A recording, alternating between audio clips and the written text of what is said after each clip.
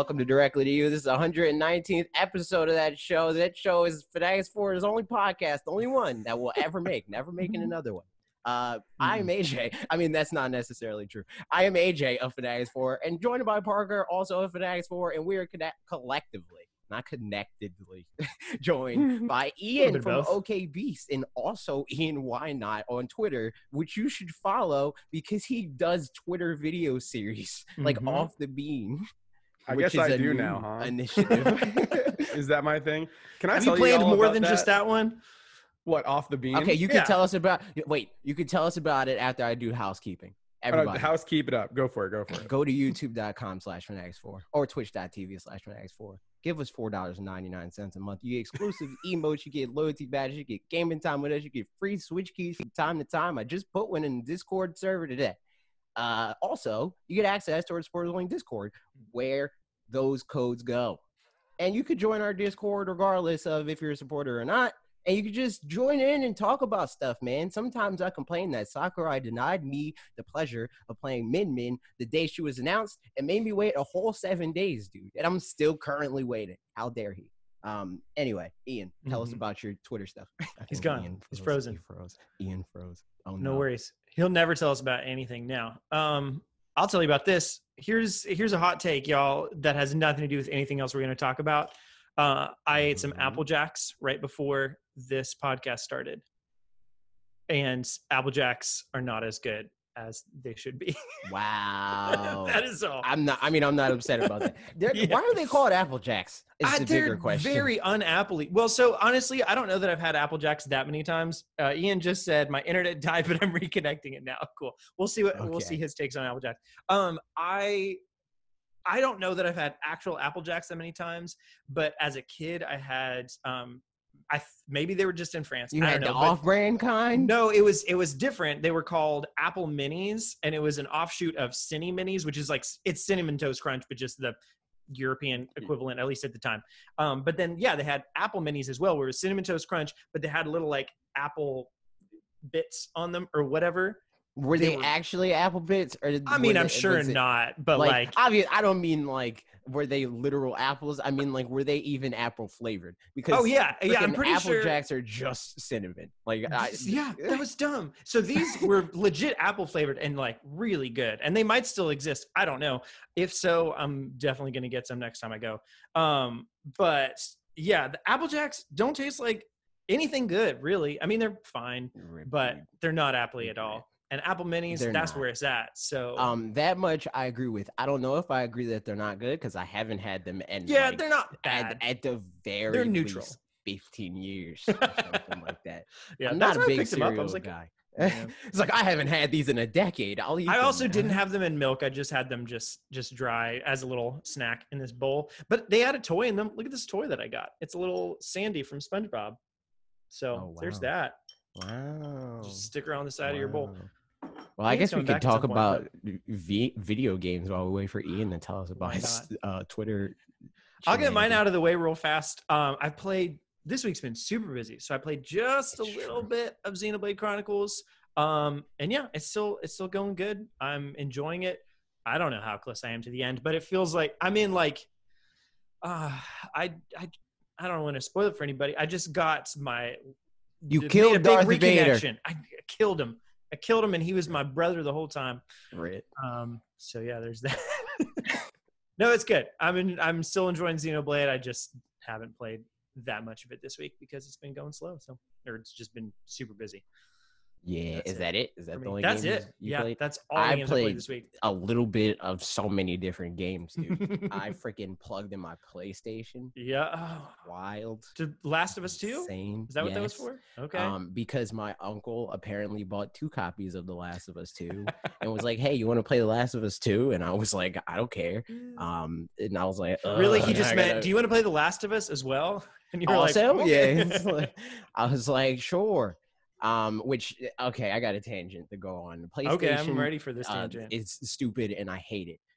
At least this game, because so the ordeal was he handed me the box with The Last of Us.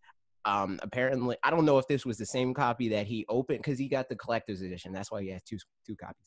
I guess the one that he opened wasn't the collector's edition because that came after he got the first one from Amazon or whatever. Yeah. The game, like the box that he gave me, just had data discs in them.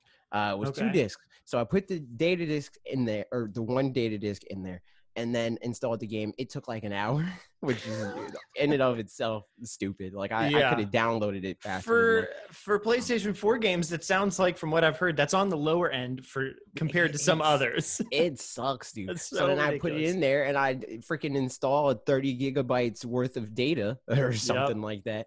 And I couldn't play the game because I didn't have the other disc. The other disc was in his PlayStation, so I just went in his room and got the other disc. But that's annoying. Like, I hate everything about that. But anyway, I freaking started playing The Last of Us. I played a Did you play and beat the first one or anything? Yes. Okay. Yes. I did a snowball fight. I freaking destroyed the piece of crap kid.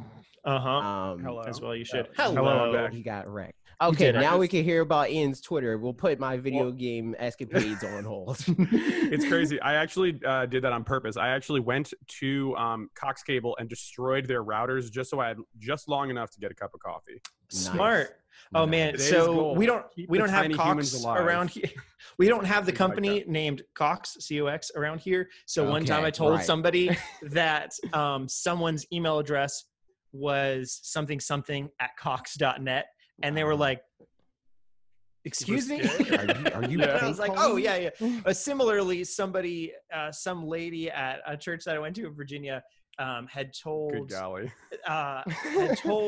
this other guy's mom, excuse me, your son, I just found out, has a porn email address. And the mom went to the son and was like, excuse me. And it was whatever at hotmail.com. That is, which is like so many layers I need to peel back. That's like the banana of problems that we need to address. And that's why we're at where we're at right now. In society. Yes, exactly. Wow. I just can't. Wow. So yeah, that was a fun time. Wow. So yeah, porn email address, Hotmail. Yeah, been there. That's my email address right now. But yeah, so Twitter video series, whatever. Yeah, so if you don't already, if you're watching this, hit me up at Ian Why Not on Twitter. And on there, so I do video editing for a site called OK Beast, a site that I helped start. We do video essays, and now we're kind of shifting into documentary style stuff. But with, the pandemic and everything that's been happening, it's been difficult to travel, obviously. Like, I think we had like 6 documentaries planned this year to do. We were like going to the Northeast to do like fighting game stuff. We were going to Seattle to talk to this dev or that dev or whatever. But obviously for our own safety and obviously the safety of other people, we were like, well, we're going to stay home and figure out a different way to do it. But the issue with me, right? If you've ever listened to any OK Beast podcast, I talk about it ad nauseum. I have ADHD and I have like attention problems, right? So my thing is that if I don't have a plan, I will do nothing. I can't do it. And then sometimes if a plan is too specific, I'll just go like, I'll get too stressed out about it and then I won't do it again. So it's this weird middle ground where I need to have a very loose plan and I need to act quickly or else I'm going to freak out. So that's kind of where the idea of these Twitter series came from, where I was posting on Instagram like different food stuff. And my friend goes, make me a video of how to make this food thing, because I don't want to give Bon Appetit or whomever especially on YouTube now. a view. Yeah, especially now. That person was a soothsayer a year ago. Were they called out in stuff this week? Yeah. I don't know. What Even this week?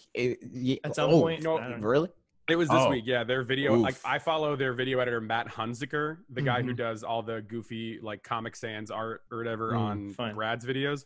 And he apparently was speaking in solidarity with his coworkers, and then he got put off. Like, he got what's the word? Like, not fired, but like under review, furloughed, suspended or whatever. Gotcha. Yeah, suspended. Which is buck wild, which is super cool and tight. Just kidding, it's awful. So anyway, that person was like, make me a personalized video of how to cook this thing.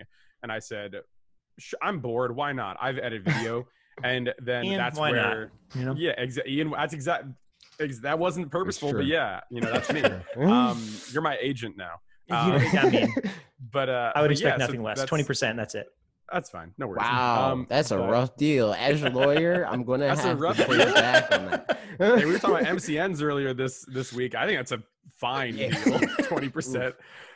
But yeah, anyway, that's where that sort of series came from. Cooking with Ian. I make goofy recipes that are extremely easy.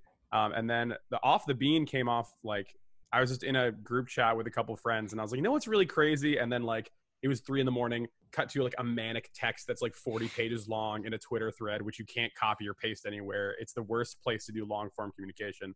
And my friends were like, can you just make a video? Because I don't want to read through this essay. And I said, and I like turned over and I looked to this comically large beanbag in like behind me. And I was like, okay, fine, I'll make a video. And then it was pretty much like conception to creation in like a day.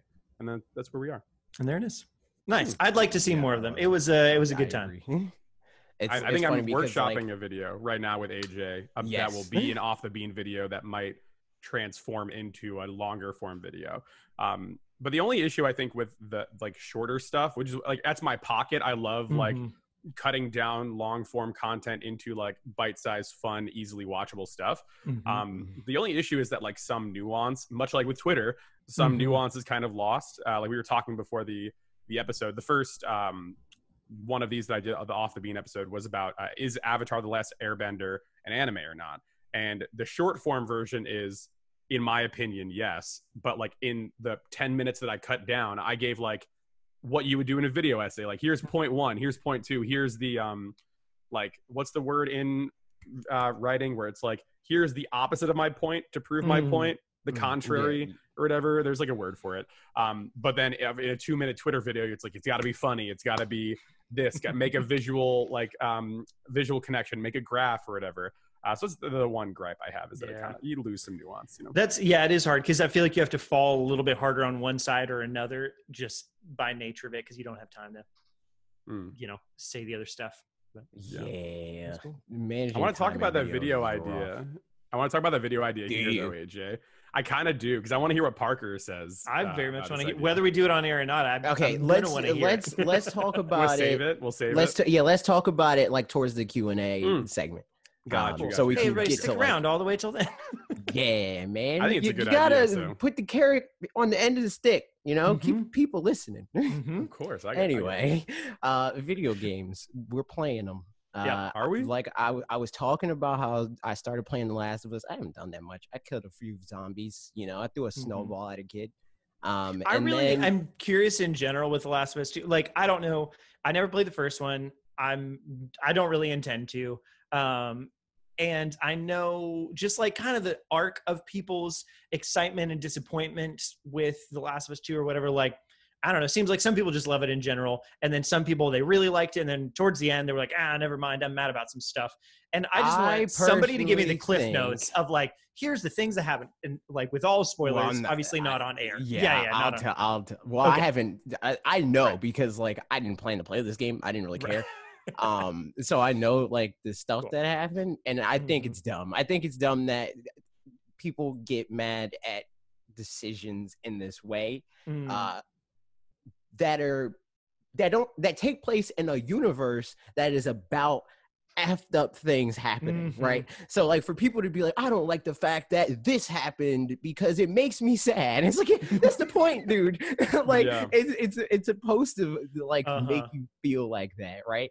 I mean, I guess it's especially hard like if it's a choice that a playable character is making, that's harder than in a movie or a show. There could be characters where it's like, man, I really like that character. I hate that they made that decision, but they made it because that's the character, blah, blah, blah, blah, blah, whatever. When it's a playable character, though, which I don't know if this is the case, but... See, this is the thing. It would be like, if that was the logic in the original game, people would be way more mad at the original game. Because that's like that's the problem that the original game makes you like wrestle with, where it's like, man, this person that I'm playing as kind of, you know, like there's some moral like problems going on there. I don't know if I agree with what he did, but like kind of I do, you know, sort of thing. That's interesting, especially go ahead. Well, no, I was saying that like so on one of the podcasts that we do for A+ Anime, we talk about like narrative structure and you know what makes a good character and what makes a bad character or a frustrating character. And you know, I think it comes down to kind of like what Parker is saying is about choices and like having the character's choices make sense, right? And that comes down to motivation, right? And motivation can be as simple or as complicated as you want, but there's like this weird thing where like when you make a character's motivation either ramp up too quickly or not ramp up in relation to the story that's being created, it can create this huge disconnect between the player, the viewer, the watcher, whatever, and the world at large. Because like if you have, let's say, even in this podcast, there's 3 of us, it's a zombie apocalypse, we're all good buddies, right? And then the next frame I pull out dual guns akimbo and then just instantly murk you guys, like, right? Yeah. So if you just see that one scene isolated, you're like, whoa, Ian went off the rails there. But if you like saw a flashback in an earlier episode where it's like, I don't think I could ever live like being in the apocalypse. I'd just rather end my friend's life earlier to make it easier for them because the pain of living is hard. You know what I'm saying? Yeah, like, yeah. It doesn't matter. At the end of the day, what I'm trying to say is that choices in actuality don't matter for characters. It's really the motivations and the reasoning behind what they do. And when you introduce that to the audience is where you're going to kind of get that biggest sort of back and forth, that push and pull of like, oh, this makes perfect sense, or oh, this is kind of stupid, or why would they act this way? So yeah, I think that's always the interesting thing with the argument against Link, for example, in Zelda having Zelda, having of course Zelda, having a voice, being able to talk or anything like that, and having specific motivations, blah blah blah. Because they say the whole, we want you to feel like Link is the character and is the player and is, your motivations and choices and stuff like that. But it's like you're still going through, especially the more narrative driven ones, there's still story happening. And sure, he's not saying words, but like, I feel like having played Xenoblade Chronicles 1 and 2, those are also, RPGs, or different, blah, blah, blah. But there's a primary character, and I don't feel like I'm doubting what the character is doing. And if they just gave the same kind of treatment to Link, I'd be like, yeah, I'm behind you, man. And I don't know what characteristics they could give Link, for example, that would be so different from player to player that they couldn't have him have a voice or whatever, I don't know. It's a very vague thought so far, but yeah. Well, when you mean voice, do you mean literal or do you mean like agency? I think both. Yeah. Like literal voice. Cause like once you hear a voice once, you just get used to it, maybe. Well, I think Zelda, he kind of already has a literal voice. He just that's true. Yeah, exactly. Much. I don't think he should ever, if this is like a hot take or random thing, but if they wanted to really do Link in a cool way, an interesting way, an out there way, I wish that they would do Link is mute. Yeah. And then they could do canonical, him like, yeah, or like him doing like sign language, like he's talking to, and like maybe that would be a reason why he like doesn't speak to people. Like people just look at him like, "What's up?" And he's like, and then everyone. Well, there's weirder stuff in the Legend of Zelda universe. I think that we could get away with just having it be a universal thing that everyone just knows sign language for some reason. Yeah. Or like Link has beautiful handwritten script that he has in a notebook or something. Actually, wait, that would be perfect. Speaking of Red Dead Redemption 2 and like Last of Us is gritty games, like how in most of those games there's like a journal where you write in? Yeah. Can you imagine if like every single time someone talks to Link, if they don't know sign language, he's like, and yeah, like sketches a giant exactly. like, goblin that's like beautifully perfect SpongeBob style. They're like, where is it? And he's like, they're like, honestly, talking about that too, it'll be interesting in the Breath of the Wild sequel, if they're doing what the trailer makes it look like they are, which is that Zelda is going to be alongside you more than just in some cutscenes and flashbacks like in the first game. She's like his translator. Well, I was going to say like they're going to have conversations, and like they did in the first one, again in flashbacks, but those were memories of you of her, so it was contextualized as like she's got a voice actress or whatever. But if it happens to be co-op at all, is Zelda going to suddenly be mute and not talk anymore? Or B, do they do something where Link does communicate because now both of them are characters? Or do they just leave it the same? I mean, they could. I think they probably would leave it the same because Zelda's already like or Girl Zelda specifically. Right. I want to confuse Sorry. Girl Zelda's already established as a character who speaks and has emotions and has a personality. I can't see that taken away from her. Yeah, that would be weird if they did. Whereas Boy Zelda doesn't have that. So to like make it a thing where it's like, okay, now he has a personality because she also has a personality, and it would be weird if they like, like I think it's just not something that they would do. Mm-hmm. Can I ask y'all a Zelda question? One last real quick Zelda question before we go on. What is your thoughts on Zelda and Link being in love in Legend of Zelda, the most recent series? Like the whole Princess Flower thing and like what that means or whatever. I think probably they're not, but I would be fine with if they were. It really seemed like Midna. No, not Midna. Mipha. It seemed like the romance was Link and Mipha. But that said, if it was Zelda, I'm the kind. I think on a case by case basis, because they're like different people, you know, like they get reincarnated and all that stuff. I think if kind of like Skyward Sword leaned more towards that angle. Yeah, they were supposed to get married in Skyward Sword, right? Like it was like a whole big thing, right? Mm-hmm. I think that if it's done like that, and every once in a while they like each other, you know, like that would be cool. But if it was like a thing where they're always together, it would be kind of like, after a while, I'd be like, okay, this is getting annoying. Yeah.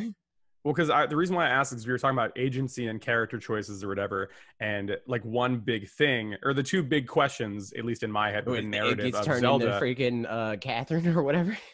No. I was saying that like in terms of like two big narrative questions that always pop up with Zelda is the stuff that you and I talked about, AJ, that I'll save to the end, but then also like who is Link's character? What is Link's character? Right. And then also the third thing I forgot to mention was are Zelda and Link together or not?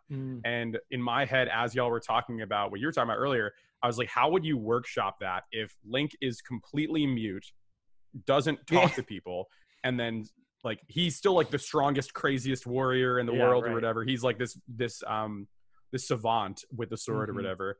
But like he can't speak to people, and maybe he'll do sign language or whatever. And I was like, well, can you imagine if like the whole conflict in Breath of the Wild 1, right, with like Zelda kind of being resentful towards Link or whatever, and like not really wanting to open that connection up, like regardless of whatever type of connection it is, like kind of hating him because he's like the chosen one and she wants to be the chosen one. The end of Breath of the Wild 1 is Zelda hears Link's voice in her head through the Triforce, essentially, when they sort of like when they actually learn to bond and use their powers together in that final fight. Like her hearing like this, like Zelda, and then she's like, what? And then he's like, look down, and then it's like them like very. I'm like, imagine close like your Ghibli. eyes, close them. Well, no, I mean, it could be, you could do a cinematic parallel. Like if we were writing this Legend of Zelda movie, it could be like, you know, Zelda's like really worried about like not being able to summon the light or whatever. And she's about to get consumed by the Phantom Ganon thing or whatever. And then she hears like the one voice line you would give in the entire movie would be to this ethereal like boy's voice and be like, you know, Zelda, close your eyes. And then she's like, what? And then like closes her eyes and thinks about Link, and then like giant burst of light comes out anime style, and then it cuts to Link being like, and then they start to fight, and that's like the end of fight or whatever. That way I would like believe, because they don't do anything like that in Breath of the Wild 1, and then it cuts to the very end where they're like in the field, and then she's like, man, I liked you all along, here's this blue flower, and he's like, yeah, right, yeah, I think, like, and that's the end. Like, it man, seems the lame. tricky thing with because I would love if they made a Zelda movie or something like that, having him say one line just for like, you know, whatever, would be really cool. I mean, if you think about it, that's kind of that is exactly how you should treat Link. Yes. Exactly. The like, only problem with it is I feel like it would end up being like, I didn't watch this specific. Was it the Pikachu I Choose You or Pokemon I Choose You? Oh yeah, that was dumb. Don't do that. At the end. Never do that. Ever. With what was it? That was the movie, right? Like the that, live action was movie. Pokemon 20. No. I'm thinking of the Ryan Reynolds one where at the very end, it's like, hey, it's me, Ryan Reynolds, and I'm pretty, and it's a Pikachu. My wife and I were just talking about that, by the way. We're like, what are they gonna do in Detective Pikachu 2? Because spoilers, dude. It's spoilers. Spoilers, dude. Yeah, not too soon. But no, but yeah, in any case, like it's always hard in those shows or whatever where there's always this one secret. It's like, we don't talk about blah, blah, blah. The thing itself that you like don't talk about, which in this case would be Link's voice, what it sounds like, what he says, whatever.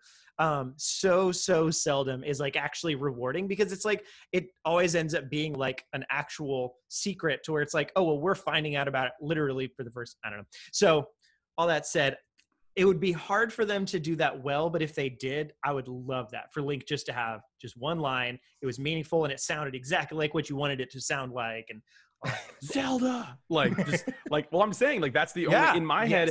Like there's a word called I've been using it a lot recently because I'm a man child and I learn one word per month, and it's diegetic, and it's like essentially what it means in terms of like video games. It means like there's an in-game reason why X is the way it is. Something like it's one of those like burning questions where you're like, oh man, why doesn't Link talk? Yeah, and then I mean, it even where he's goes like beyond that. Like it's not just reasonings. It's like everything. Logic. Like if something happens in the game, whether it be gameplay or not, and it extends outside of the game, and the context of both of those places is the same, that would be like diegetic.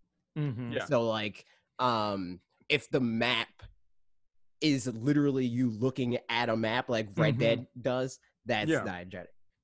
I'm just realizing logic to it, you know, how long this podcast is about to be. Yes, it's true. It's true. You invited me on, bro. You know I have no concept of time. No, I love it because it's just fun to talk with you guys. But like, we're about to get into some stuff that this is going to happen so much. It's going to be good. Okay, so let's rapid fire the games that you're playing, AJ, so we can move into the real. All right. So the other game I like played for a little bit, and I mean for like 30 minutes, is Burnout Paradise. I don't know if I want to talk about. I got that game from EA. I don't know if I want to talk about how, because it was a business thing that didn't come through, but they sent me the game anyway, and there we are. That's as much as I'm comfortable to say. I played a little bit of that. It's fine. It's Burnout. They gave you $5 million to take that copy? Oh my goodness. Just kidding. I hope you don't get burnt out Paradise by playing too much. Burnout. So I played at my friend's house Burnout.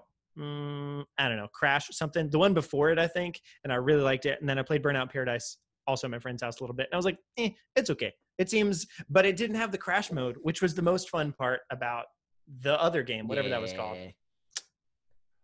That's my entire thoughts about Burnout. Like the first one on the GameCube. Also my band in high school submitted. There was a contest to try to get your song on Burnout Paradise, and I think there was like one or two bands that did or something. You know, of these like hundreds of or whatever bands that submitted. What was was there like a limit that they disclosed ahead of time, or was it just like we're picking the ones we like? I think it's just like the ones that get the most likes or something like that. It was like, this was the MySpace days. Died. So it was like, I mean, we definitely, in my mind, for some reason, I remembered for a long time, like, we got like 8th place. Like we were kind of almost close. I'm positive that we did not get 8th place. It would have been awful. Like it would have had to just take the song out because it was just not good, whatever it was. But so those are all my memories about Burnout Paradise. Rip, dude. Okay, nice. The other games that I'm playing. Well, I play Pokemon. What's that? It's a game. What's Pokemon? Everybody hates it, man. Everybody hates it. Just stick to Yokai Watch, dude. Dude, I wish, man. That's a little yokai, man. Shout out. And then the last game is Smash Brothers, and both of those things. Wait, did you play Ninjala? No, and that's the thing, because everything is happening, so I didn't have a chance to. And like when it first dropped, I was like, I already had it in my head, I'm not going to play this game on the first day because I know it's not going to work, because every online multiplayer game that's just an online multiplayer game, even if it has a little bit of a story like aspect to it or whatever, it's not going to work. It doesn't matter if you're Destiny or if you're a freaking indie game, it's not going to work. I do feel like that game lost a bit of steam after, I don't know. It had 1 million downloads the first day. Did it? Man, never mind then. Yeah, so I think I just didn't see a lot in my timeline, but that's a pretty narrow. I think it's mostly because people either can't play or they're like me. They're like, I'm not doing it yet. And I still am very interested in playing it. I don't know if I'm going to play it even next week, because I'm freaking doubling down on Smash Brothers next week, because we'll get to it. But I want to play Ninjala, just don't have the time. So I'll get to it. Nice. Ian, are you playing anything? Burnout Paradise. I just finished Control. I know it's not a Tendo game, but kids don't play that game. It's very scary. It's a Doctor Strange game. It's a scary Doctor Strange. It is. I mean, in a lot of ways, yeah. Like it's very cerebral. I'm writing a script right now about like, you know, how it really messes with you. I mean, talk about diegetic earlier. Like it really messes with you using the systems of what we think a game is and isn't. It's very, very wacky. Like an Eternal Darkness crazy. Kind of Kind A of. little bit, but not. I wouldn't say it's not as that, like campy like, or whatever. It's not turning your TV off or anything like that. No. It's not like it's not turning your TV off, but it is doing that Batman Arkham Asylum thing where like they replay the beginning of the game, but the roles are switched where like Batman's being brought to the asylum, like stuff like that. Like interesting. It messes with what. Here's the thing. I think that if my wife sat down and played it, she'd be like, whatever, it's fine. Well, or like if my mom or mother-in-law played it, it'd be like, whatever. But it like messes with the fact that it's a game. Okay. Right. So kind of like Undertale in that way. Like, because that was one so my wife watched me play Undertale, and she mostly watched right at the end where Flowery or whatever is like exploding the whole universe and it's the worst thing. And she was like, that game's really scary. And it's like, it is for like 5-10 minutes right at the end in a kind of annoying boss fight. But yeah, that's interesting. Okay. So yeah, that makes sense now. Yeah. It takes the fact that you're a gamer and punishes you for it, which is what we should be doing with every game. I think the government should kind of step in to punish you for being a gamer. But other than that, just recently, like this week, Hades, which is the roguelike, whatever terminology. Same guys right? that made Transistor and Bastion. Yep. Yeah. Those guys have been making this game for a hot minute. It's one of my favorite games of all time. It is amazing. The art is, here's the thing. If you like comic books and art and like that style of like of like very heavily shaded graphic art, like 90s dark, like Batman style stuff, like heavy shading, heavy stylization, cool colors, like this game is for you. I feel like God of War mythology mixed with like, different styles of, if you like God of War mythology mixed with like the Bastion gameplay but faster, that's kind of what this game is. It's amazing. They just had their most recent update, which is the it's called the Price of Blood update. Dude, they have like all these crazy names for it. The one before this was called the Nighty Night update because it updated all these things with a goddess called Nyx, NYX, and she's the goddess of darkness and night. So that it was all around her and what she can add to the game. And this one is all about Kauron or whatever, who is the boatman of the River Styx, and it's all about like the things that he's added, like new items can be purchased and you can do new things with money or whatever. It's amazing. And I highly recommend it. It's like $20 is it just on Steam. Oh, on Steam. Okay, because it was on Epic Games Store at the like at first or whatever, and I didn't know if it moved over or not. 1 year exclusive, I think. Well, there you go. Well, cool. Yeah, and you know what? We're exclusive to only playing Pokemon Unite as soon as it comes out, and that's the only game we're allowed to play. So let's talk about it. All right, let's do this thing. Pokemon Unite happened. Got announced. Before we even talk about the thing itself, I'm curious you guys' thoughts on Pokemon's handling of the presentation and all that stuff of like whether this was, hyping it up, whether it was worth it, blah, blah, blah, all that kind of stuff. I feel like we'll probably all come out on the same page of this, but I'm curious nevertheless. I made a whole video about how I feel about that. And I think that...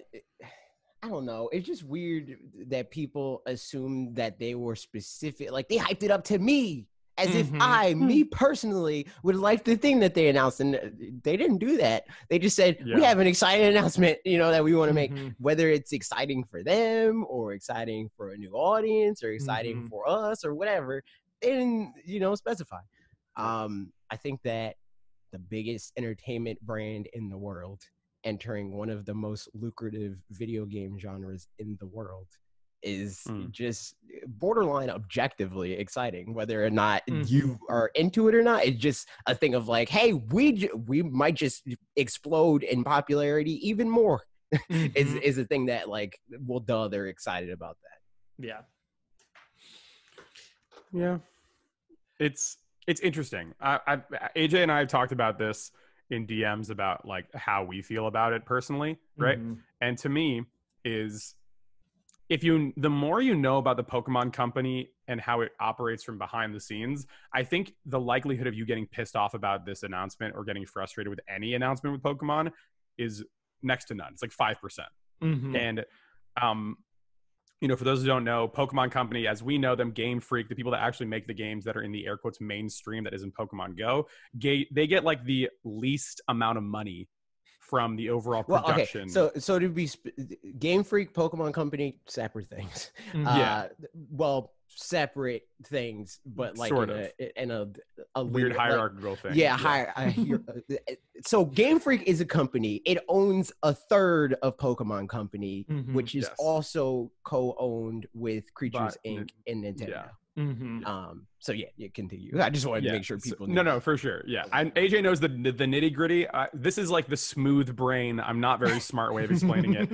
If you want to know the basics, is that the people that make the games that you play on the Switch, the DS, whatever, they get not the lowest, but one of the lowest, I think, slices of the pie to make the stuff that we play. Right.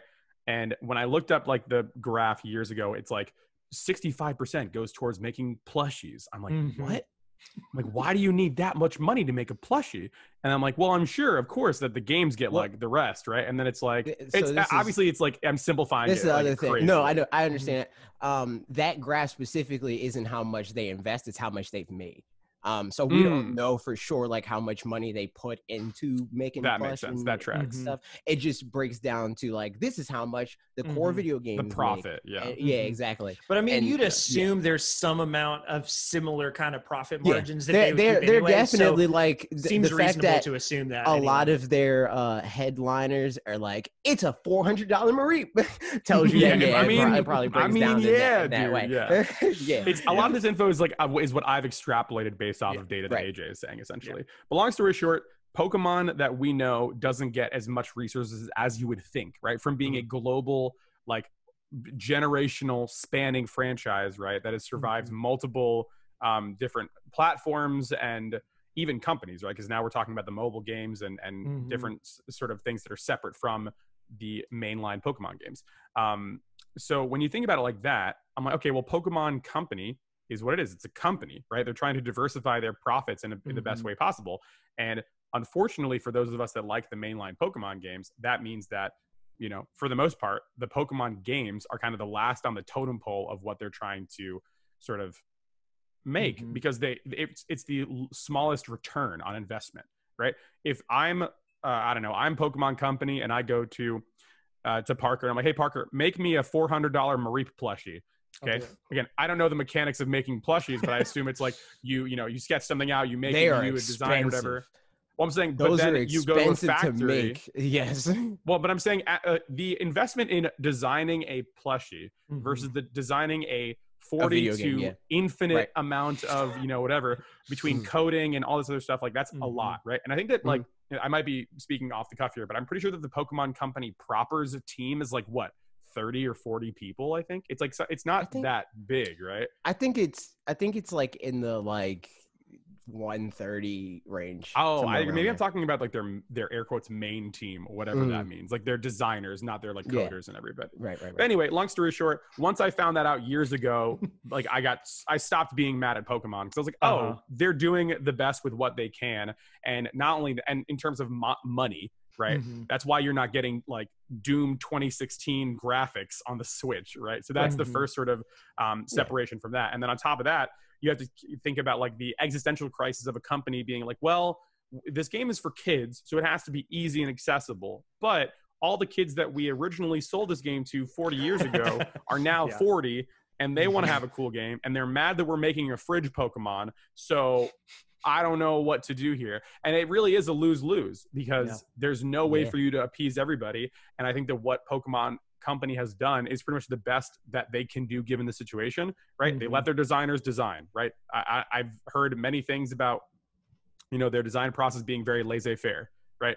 And, you know, they even have a guy who's not a native Japanese guy as one of their head designers for Pokemon. He's a British dude, and like, but he's their head designer. And I think that even though like it's like we talked before the show about like diversity and like making sure that difference of opinion helps you in the game design process and also in the real world, right? Even just having one head production person being from a different country, I think allows there to be difference of design, opinion, creation, all this sort of stuff.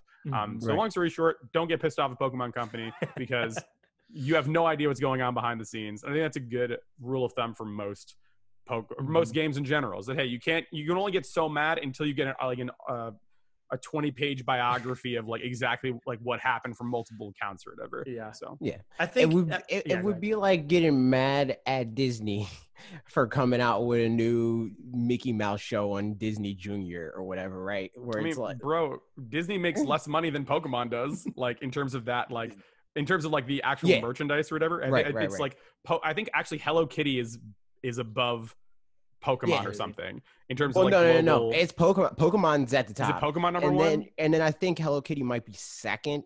And then it's one of those. Yeah. And then Michael Mouse is 14th or something. I don't know. Yes.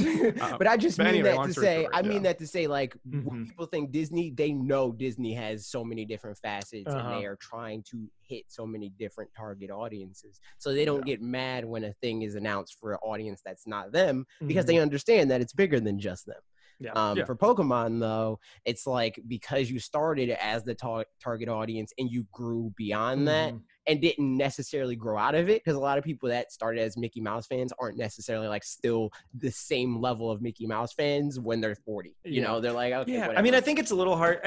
Because the Pokemon Unite specifically tangentially is a lot closer to games that we would play than Pokemon Smile is. Because you can shrug Pokemon Smile off. It's like, incorrect. It's not even incorrect. I use Pokemon Smile more than I've played Pokemon, the most recent version in the past 2 weeks. So true. But you know, as far as I want to be clear, I'm not saying that Pokemon Unite's for kids. It's definitely not. Right. But no. But it's not intended for the people that it's not intended for. So like, yeah, I mean, it's intended for anybody who'd be interested in it, but there's already a subset of people that they're trying to get into Pokemon by way of the formula of MOBA, rather than they're trying to specifically be like, hey, Pokemon fans, expand into playing MOBA stuff, which that as well. But I think what it looks like is they're trying to do a little bit of both of those things, where they're trying to use like the appeal of MOBAs to be like, hey, you like Pokemon and maybe you don't like the RPGs anymore. Or maybe you don't watch the anime or maybe you don't have a freaking Mareep plush.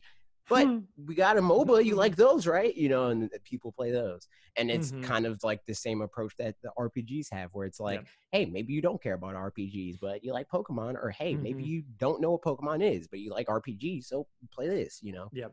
I mean, it's Pokken Tournament just in a different direction. Pokken Tournament probably does happen to appeal to more Pokemon fans because it's like, oh, Pokemon are fighting in a more realistic way that I would have wanted or something like that. But in the same way that it's like, it's just the same things in a different genre, but now it's just the genre is one that maybe you're not interested in. Do you want to go ahead and we can get into some of the comments for your video while we keep talking about it?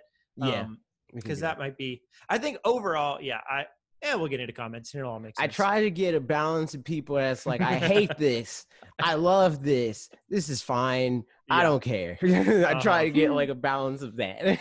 So here we go. So this comment from that guy, Chris93, said, in quotation marks, Pokemon Let's Go Pikachu and Eevee were the Pokemon Unite of when they were revealed, end quote. Yes, thank you. I was so confused when I saw Pokemon Let's Go Johto trending and people being upset that they didn't get that. Like, did everyone forget how much the game was hated? To answer your question, as someone who loved League of Legends and kind of fell off that a bit because I suck at PC gaming, this excites me. We have Pokemon fighting games, the trading card game, the RPG spin-offs and mobile games that take Pokemon into new ways to play. So yeah, why not one of the most popular forms of game as well? And with the sheer number of Pokemon, they can keep the game going for a long time with new characters added and even including new mechanics they might come up with in the future, like things like Mega Evolutions, Z-Moves, or Dynamax, and implement those into the games. End comment. Yeah. The answer is yes. Yeah. Yes. No, I totally agree. For context, the quote was from something that I said in the video, where like people freaking hate Pokemon Let's Go was this game. Everybody hated Pokemon Let's Go. You mean like from reveal or whatever? From reveal, even when it initially came out, a lot of people were like, I'm not buying this game and blah, blah. And then, you know, the initial 3-4 million people bought it and then they were gushing about it. And then those people were like, I guess I'll play this, you know, and then they played it and they like, so. No, yeah. Long story short, totally right. Expectations. Yep. That's it. Yeah. Like, and it's don't get yourself all up in a tizzy over something that was not promised to you. And that's not what Pokemon Company does, right? Like, again, I think that these past few months, if I had to encapsulate my thoughts about how I feel towards people, is that, hey, if it's not for you, shut up. So if this is not for you, you can formulate your opinion. It's worthwhile for you to say, hey, this is not for me. Like, I don't know why Pokemon Company would do this, blah, blah, blah, blah. That's fine. The intellectual side of it is fine. But you have to be nuts to think that we're in the middle of a DLC cycle for their previous game. There's no way that, even from a macro business perspective, why they would announce a new game during the current DLC cycle. It doesn't make sense. What they're going to do is they're going to do the second round of DLC, and then the last stinger for the DLC is going to be something with the new game. And then guess what?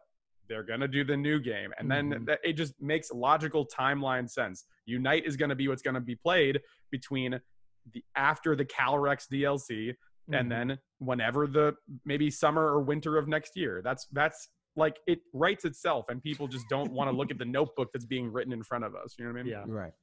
No, totally. And it's kind of exactly what people say they want. They're like, stop making Pokemon games every year, and then they're mad that they didn't announce another Pokemon game that's coming out this year. Like they're like, I just wanted Pokemon Let's Go or whatever. But why? Like, you hated that game last time.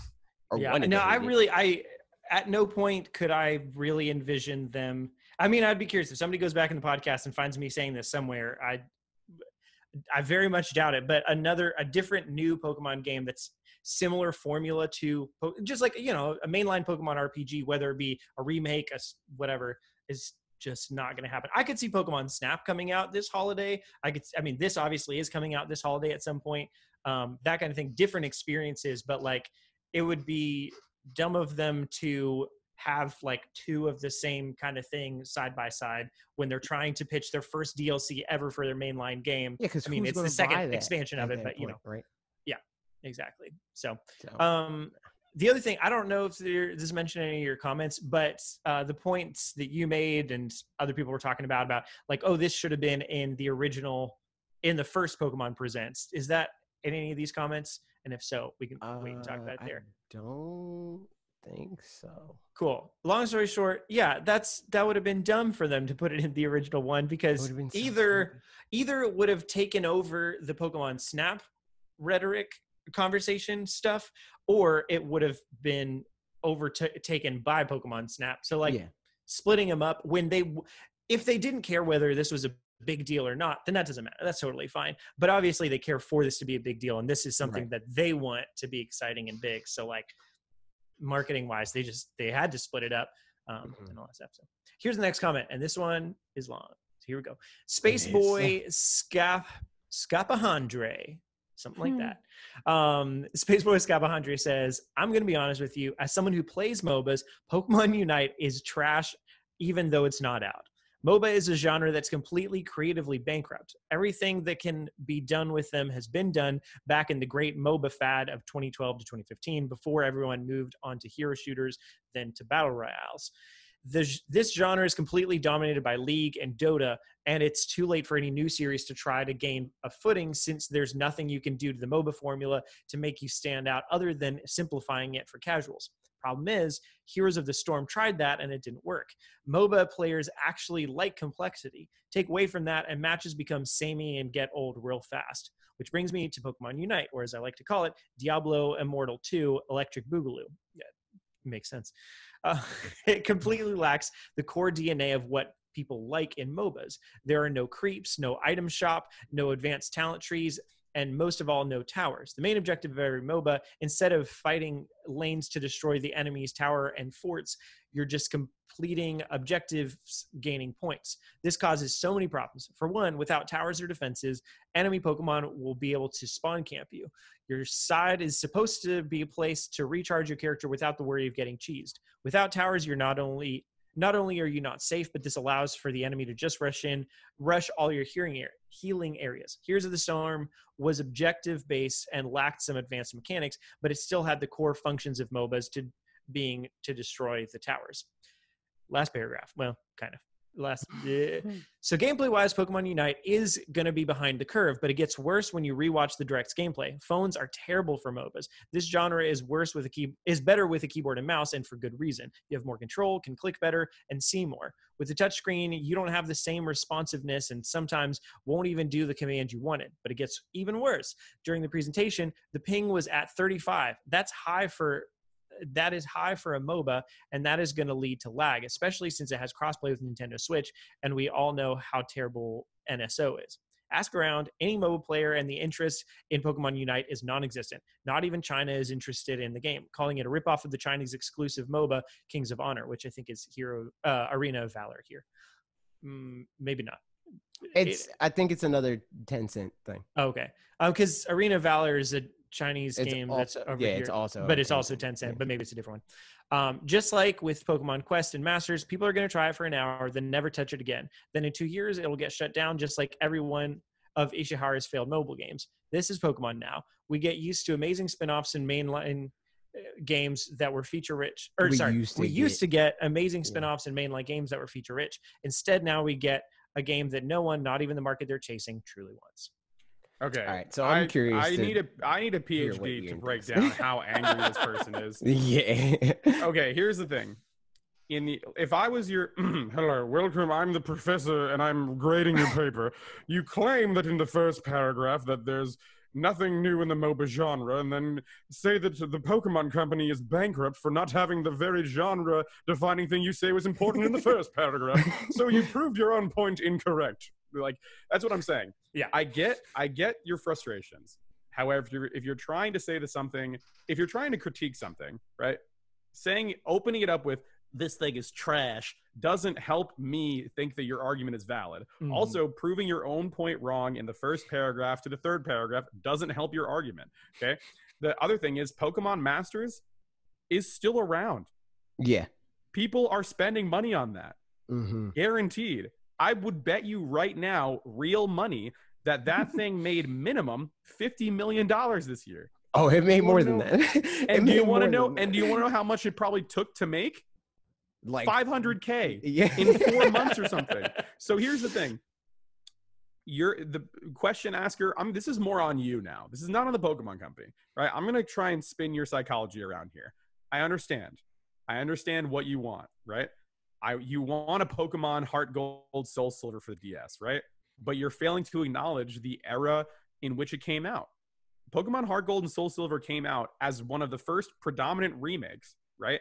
After coming out on the tails of Pokemon Fire Red, which was another extremely feature-rich remake that completely changed the way that we view Pokemon now. That's exactly what that one was, right? And guess what? Do you know what Pokemon Let's Go was?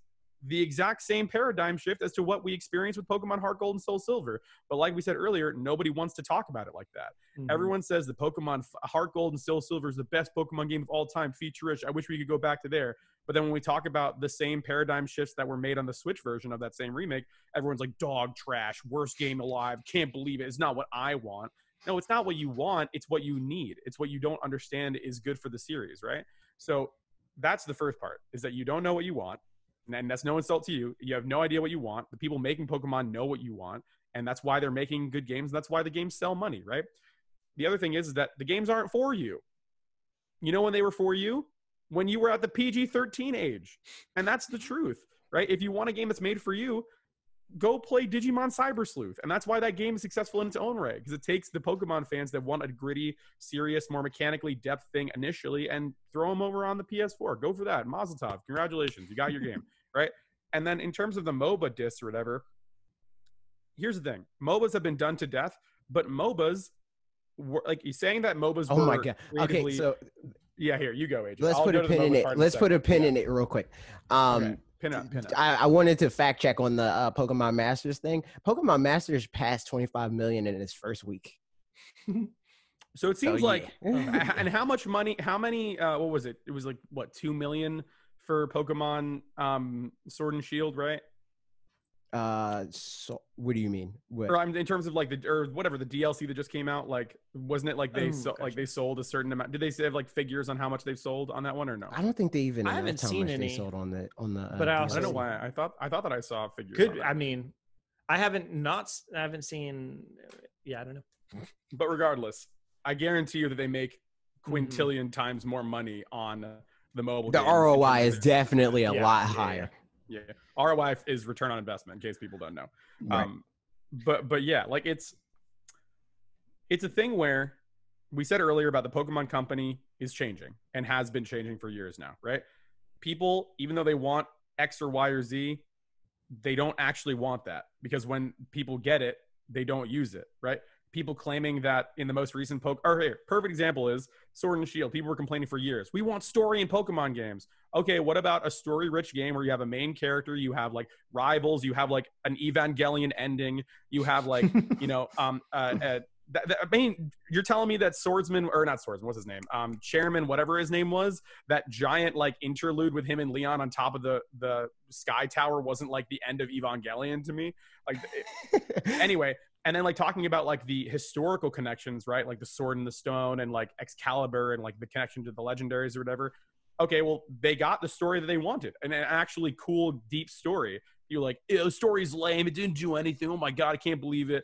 And these are the same people. Ironically, I think that a lot of the story of Pokemon Sword and Shield is almost too deep. Because like there was even stuff that me and you were like DMing about, like the connection between like Red and Leon. Like even now, people don't understand that Leon is a Red fanboy. Like they don't even get that now. Yep. And we were doing a whole thing about like it's a metaphor where Leon is a metaphor for these older fans, right? Where like Leon is a guy that looked up to Red, and like literally they crib the animations of Leon turning his hat back around or whatever, just like they are for Red. And you know who would notice that?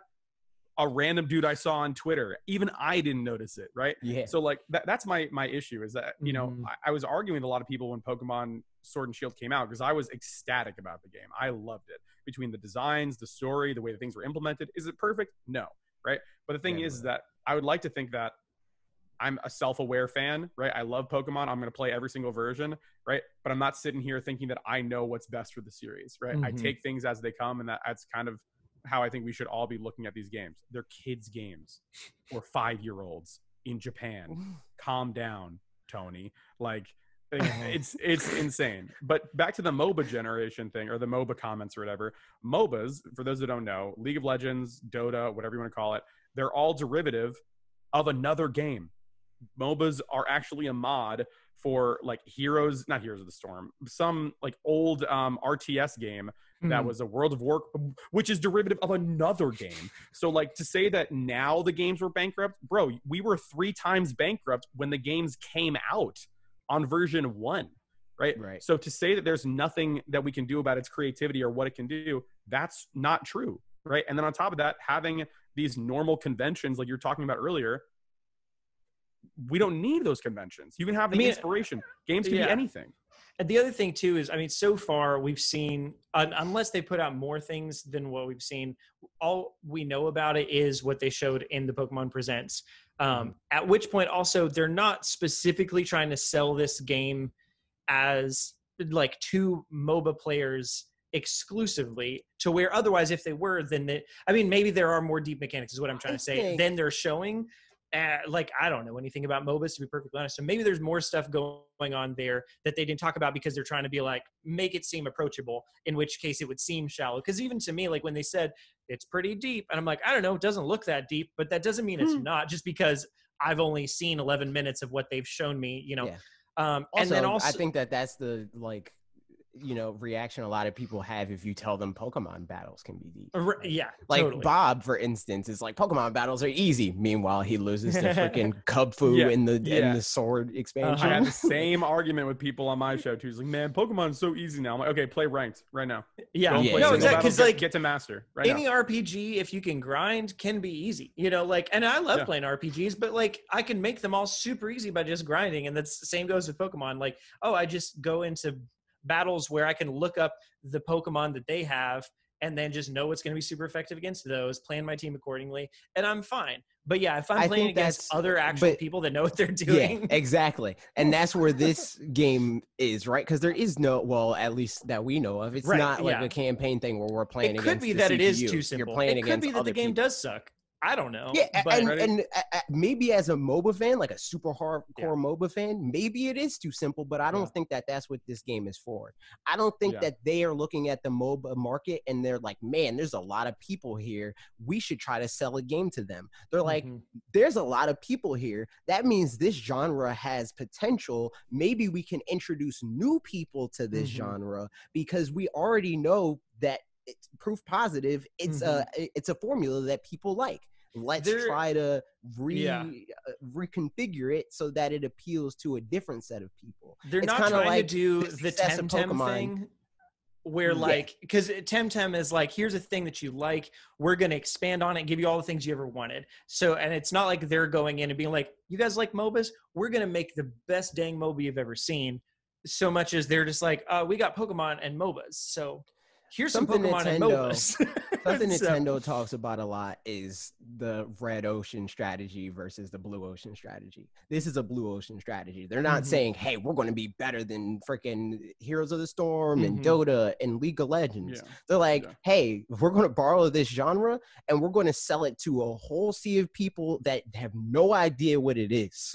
But because we know that there's a whole sea of people that know what it is and love it, we can try to get other people to love it. It's kind of like the logic that a lot of people make when they're like, hey man, if you want to be a creator, if one person likes what you make, there's chances that other people also like what you make. You know, it's that same line of thought. I think the tricky thing really will be just to see how much of the MOBA audience comes over because it is a MOBA and learns about Pokemon from it. Like in China, obviously with Tencent, like that, if that's a market. So how much of that audience can they capture because of the formula? And then on the other side, how much of the Pokemon audience can they capture because of the IP and bring together? Because if it ends up being small slivers of both of those Venn diagrams, then like that sucks. And that's kind of a failure as far as like reach and actual, you know, implementation of stuff. But if it's a decent chunk from either of those sides, just how MOBAs can be monetized, and something that I wanted to bring up on his point about like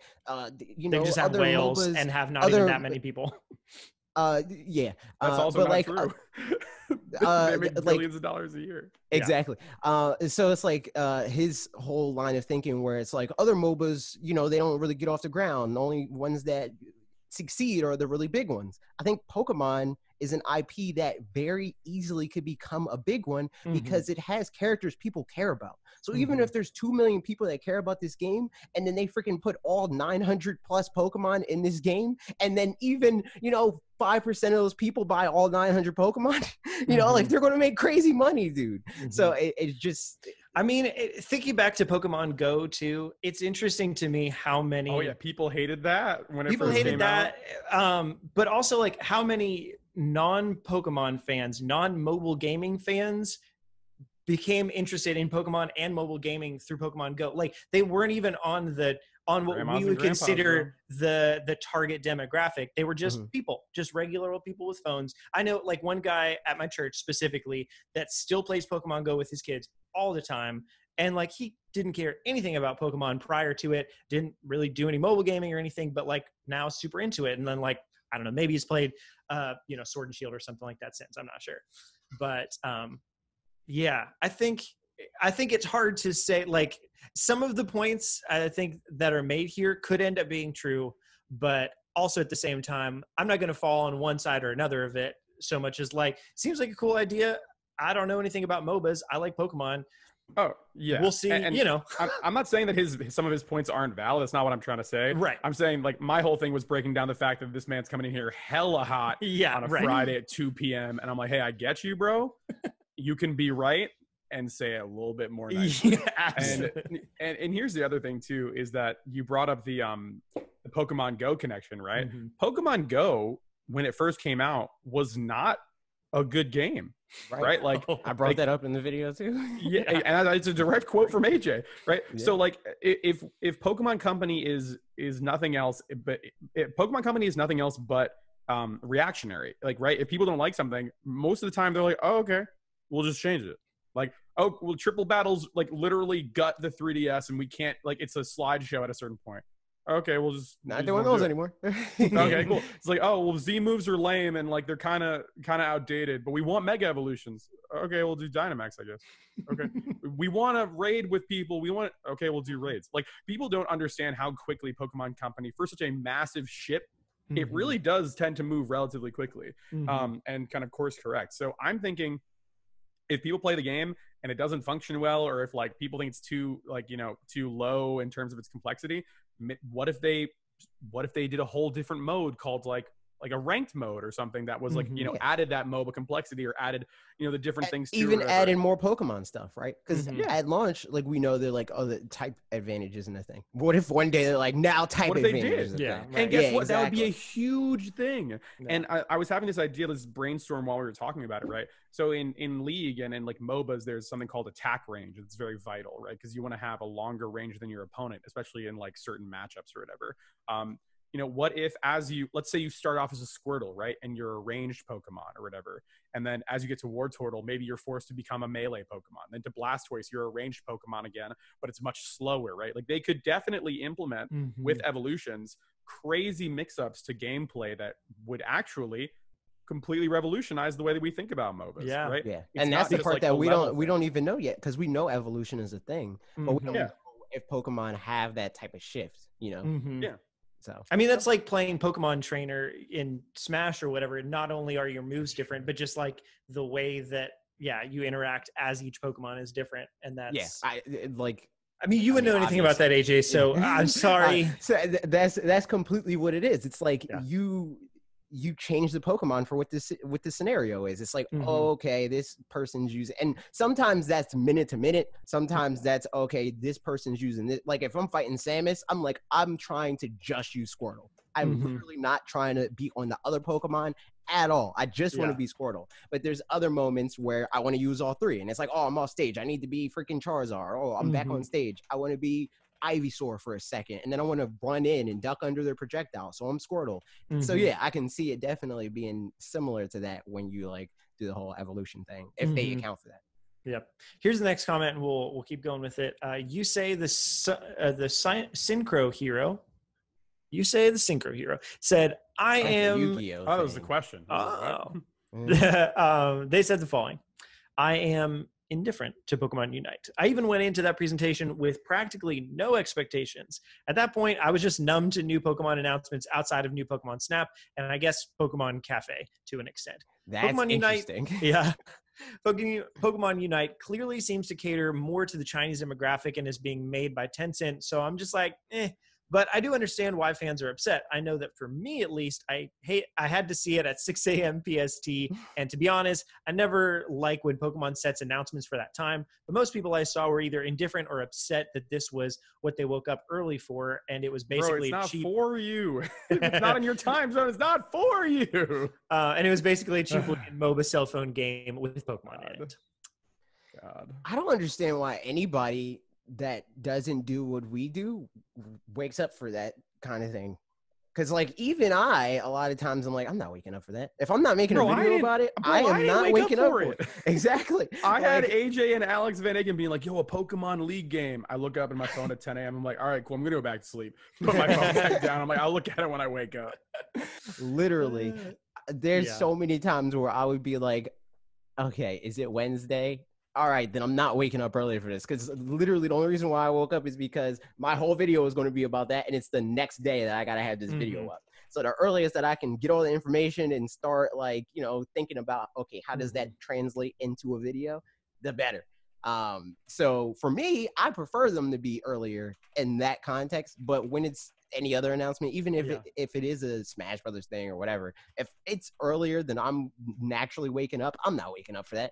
I'm not doing that. I'll watch it after the fact. It's not going to disappear. So I don't understand why just like casual fans are not. I mean, even before doing YouTube stuff, I probably would have, but also gone in with the expectations of like, if I don't care about it, I'm not going to be mad that I woke up early because they gave the announcement. Force you. They didn't like either way, they didn't come into your room and throw ice water on you and say, "Watch this." Yeah. They're like torturing you. Watch this video about MOBAs right now, AJ. Right now. But I mean, I get that. Otherwise, indifferent makes sense. Daniel Adiodato said, the timing was bad, but the idea is very cool. I wish the Pokemon Unite, I'm calling Pokemon Legends, LOL, is good. I don't play too much League of Legends, Heroes of the Storm, the games from MOBA genre, but I like playing with friends and I love Pokemon. So I play on my Switch. My friend's on mobile who is not so much of a gamer. And yeah, that's the part that more interested me. Yeah. I'm down for that. Seems like a relatively calm response. Yeah. Seems like there's an adult in the room with us. Spectrum. I tried to get the spectrum. And I tried to like veer away from people that were just like reaffirming what I said also. Yeah. You always gotta, get the balance. You do always gotta. For directly to you. Yep. Well, I mean, that was one of the news things that happened last week, but also, unless you guys have last thoughts on it, we also found out the Min Min is coming to Smash. Min Min. Yeah. I'm kind of mad there's not the crazy sexy clown though. Who are you talking? Oh, you're talking about Lolly, whatever the heck her name is. I know. Man. Why not? Yeah, I don't remember her name. I want freaking. Well, see, this is the thing. I found out because I made a Smash Brothers video like freaking, I don't know, 2 years ago talking about the DLC, the DLC that I wanted. And I said Min Min. And I go back and forth between the one that I want more between Min Min and Twintail all the time. Back then, my reasoning was basically like, I use her in the game, like in ARMS, because because of her ability to reflect stuff. Everybody in ARMS has a different like movement ability. Or, and her ability is to like deflect the arms away. So that's why I like using her. So I was like, I want Min Min, and I was like, Twintail would be dope because the whole scenario that's going on now is like representation and all that stuff. That would be dope. But also Min Min's cool too. So it was like I was like interchange between the two of those. Apparently, the rest of the internet doesn't feel that way, or not the rest of the internet. A portion of the internet is like, no, I want Twintail because representation, all that stuff. It's not right that they put another Japanese chick or whatever in Smash. She's Chinese, bro. To which I say. Dummy. It doesn't even matter. Like if they put freaking Ninjara in the game, then I would be like, all right, okay, this is another one of these Smash Brothers like default characters or whatever. But just adding another woman into Smash is pretty dope. Like there's like freaking 5 women in Smash Brothers. And it also Twintail seems cool. Min Min is cool. Like here's the thing. Here's my other thing is that like the amount of people mad that it was Min Min and not somebody else somehow statistically is more people than played at ARMS. So like there's a disconnect between this, and like it seems like the machine, the frustration machine is up and running over something that has nothing to do with you, right? Like Min Min is rad. Min Min is a cool character, cool colors, cool character design, cool conception, cool everything. Again, good representation, right? Ramen shop owner originally came from China. Right. So like that's a whole cultural lesson you can learn from that. Right. Like bro, no one played ARMS. You can't get up in ARMS over ARMS stuff. Not true. It's sold 2 million copies, Ian. A lot of people played I bought 1 million of them, bro. I loved that game. I played that game nonstop. It was a fun game. But here's the thing is that, again, if it's not for you, shut up. If it's I think it also goes to show that like most likely, she was picked also because she won the popularity, whatever that thing was contest. The thing at the end of ARMS. And so that said, like that also feels like, okay, our voice matters for some of these characters. I mean, so that's cool. When we talked a lot about like which one is it or whatever, that was one of my reasonings for like which character they would pick. Either it would be the most popular character, it would be freaking Springman because like that was the guy that they picked to present the game on the box, or it would be a new character entirely. And it ended up being Min Min, which I'm down for. I would have only been mad if it was Springman. I agree. He's kind of boring. Like it's like also, putting like here's the thing. Why Ryu? I get why Ryu, but why Ken? Like get Guile in there throwing some wild stuff. Put Dalsim in there. Put Vega. Put somebody else. Like Blanca. Blanca would be perfect. Can you imagine Blanca just looking at Pikachu like this? Like it would be wild, dude. Wait a minute. But yeah, I don't know. I'm fine with Min Min. Min Min's a solid choice. She's rad. I would have had like the 100 other characters that are rad looking in arms too, like the mummy guy or the goo man. I don't know, like, but the cup runneth over for arms. You know, they could have picked any of like 75% of that roster, and it would have been dope. You know, there's probably like 5 characters that I'm like, whatever, dude. If they put freaking Bark and Bite. I was gonna say right now, especially. Oh yeah, no, that's bad. I was like, but Bark and Bite design is so good. Oh, talk about getting sad mid idea. If you clip that out, that's just my brain. Big man. So okay, Smash Bros. If you guys will indulge me for a second. As a person that plays Smash Brothers, and I'm thinking about how this character plays in this game, why did Sakurai think this was okay? Because this character is going to be toxic. This character, okay, listen to me. Do you know? Okay, so there's a mechanic, and there's a mechanic. To prevent you from having a nervous breakdown. I'm going to have an Ian moment. No, I'm going to pre-warn you. I'm going to pre-warn you that I'm just going to say, well, bro, just get good at the game. I'm just gonna tell you right now, no matter what you say, this is the thing. This is the thing. I'm down as somebody that's good at the game. I'm going to be toxic and destroy everybody with me. You finally get a toxic character you like. Exactly. That's all I ever wanted. But in the interest of being fair to everybody else, this character is dumb. This character can, from the middle of the stage, stop you from recovering by doing a forward smash. This character can forward smash you off of this. You can be recovering on the right side near the ends. I mean, the blast zone. The character can jump out and forward smash you, and you're just dead. You can't do anything about that. Big rip, dude. You're done. I'm sorry. Come on, man. This is Sakurai's revenge, where he's like, I love ARMS and I really enjoy ARMS and I love Pikmin, and then like they're in the studio like, all right, how can we torture everyone for not buying ARMS? Make her undoubtedly the most powerful character we've ever created. It's so true, and I'm upset her up smash freaking reflects. Well, I'm upset for other people. Again, I'm going to be toxic with this character. I see a Samus, I'm picking Min immediately, and I'm just going to spam up smash the whole entire game. Here's the thing though, when it comes to like fighting games, I think like I bounce back and forth with fighting game stuff, but like my philosophy when it comes to new characters coming out being broken is the Marvel versus Capcom strategy, which is not to nerf anybody, but just to make everybody just as stupid. Right. Like make everybody broken. Yeah. What was that patch? It was like the fan patches for Smash Bros. For the GameCube version. It was for Brawl to make it more like Melee. It's right? Project M. Yeah, Project M. That's now it's Project Plus. Oh. Ooh, okay. Still for Brawl? We do not endorse that. Hey, we do not endorse that. We're just saying it exists. Do not pursue it. Do not Google it. However, in many fan games and fan created fighting games, the strategy is to buff everybody because it is the worst feeling in the world to get used to a character, have them come out, be fun, you love the style of play, and then them being like, okay, yeah, well, we just made all the numbers go down, and then also now you can't do this into this because now you're like, okay, well, you literally went back in time and made all of my time learning this character, and you deleted it. You Control-Alt deleted my character fun, and now I feel play somebody else. Yeah. And I think that when it comes to what AJ is saying about like this character being like disgusting, I'm like, hell yeah! Now make Mario do Kamea blasts like Dragon Ball Z. You know what I mean? Like make him equally as stupid, but for his character, right? Like what if they added a jump thing where like, ready here. Like here's how to make Mario bounce stupid. Off the arms. Well, no, I'm saying like the two things in Smash where it's like you can do like the jump on your head mechanic or whatever. Yeah, footstools.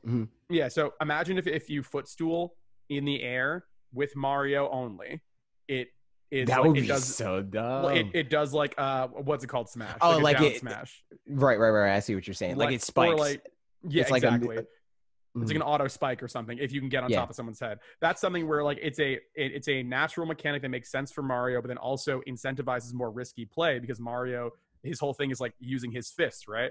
So now you can kind of play a different mind game of like, oh, he's going in for the fist. Oh, wait, he's above me now? Uh-oh. Boom, instant down. Right? Again, and that's my whole thing is that if you give tools to other characters, right? Or if you allow the community or the fighter or the fan base to develop mental tools to deal with these new characters, right? you don't need to buff or nerf anybody, right? Yeah.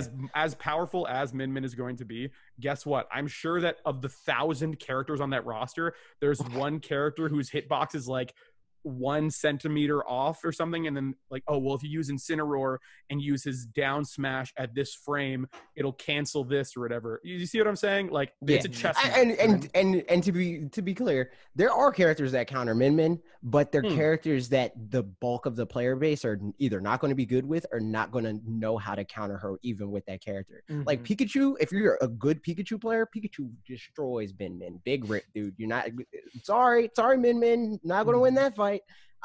But you know, a lot of lower level players aren't good with Pikachu. Most lower level players can't even recover reliably with Pikachu. So it's like stuff like that where Min Min is going to be dumb in the way that like Piranha Plant, King K. Rool, Bowser, you know, like those characters are stupid because like mid to low level players cannot deal with them consistently. And Min Min's going to be another one of those characters where like you have to think way harder as the person that's fighting her than the person who's playing as her. She's going to, and I think that Min Min's going to be a character with a high like learning curve. And the like learning her is going to be hard. Yeah. But once you learn her and you get the muscle memory down, the effort that you're putting in is going to be way lower than most of the people that you're going to be playing against online, especially. That's interesting. Right.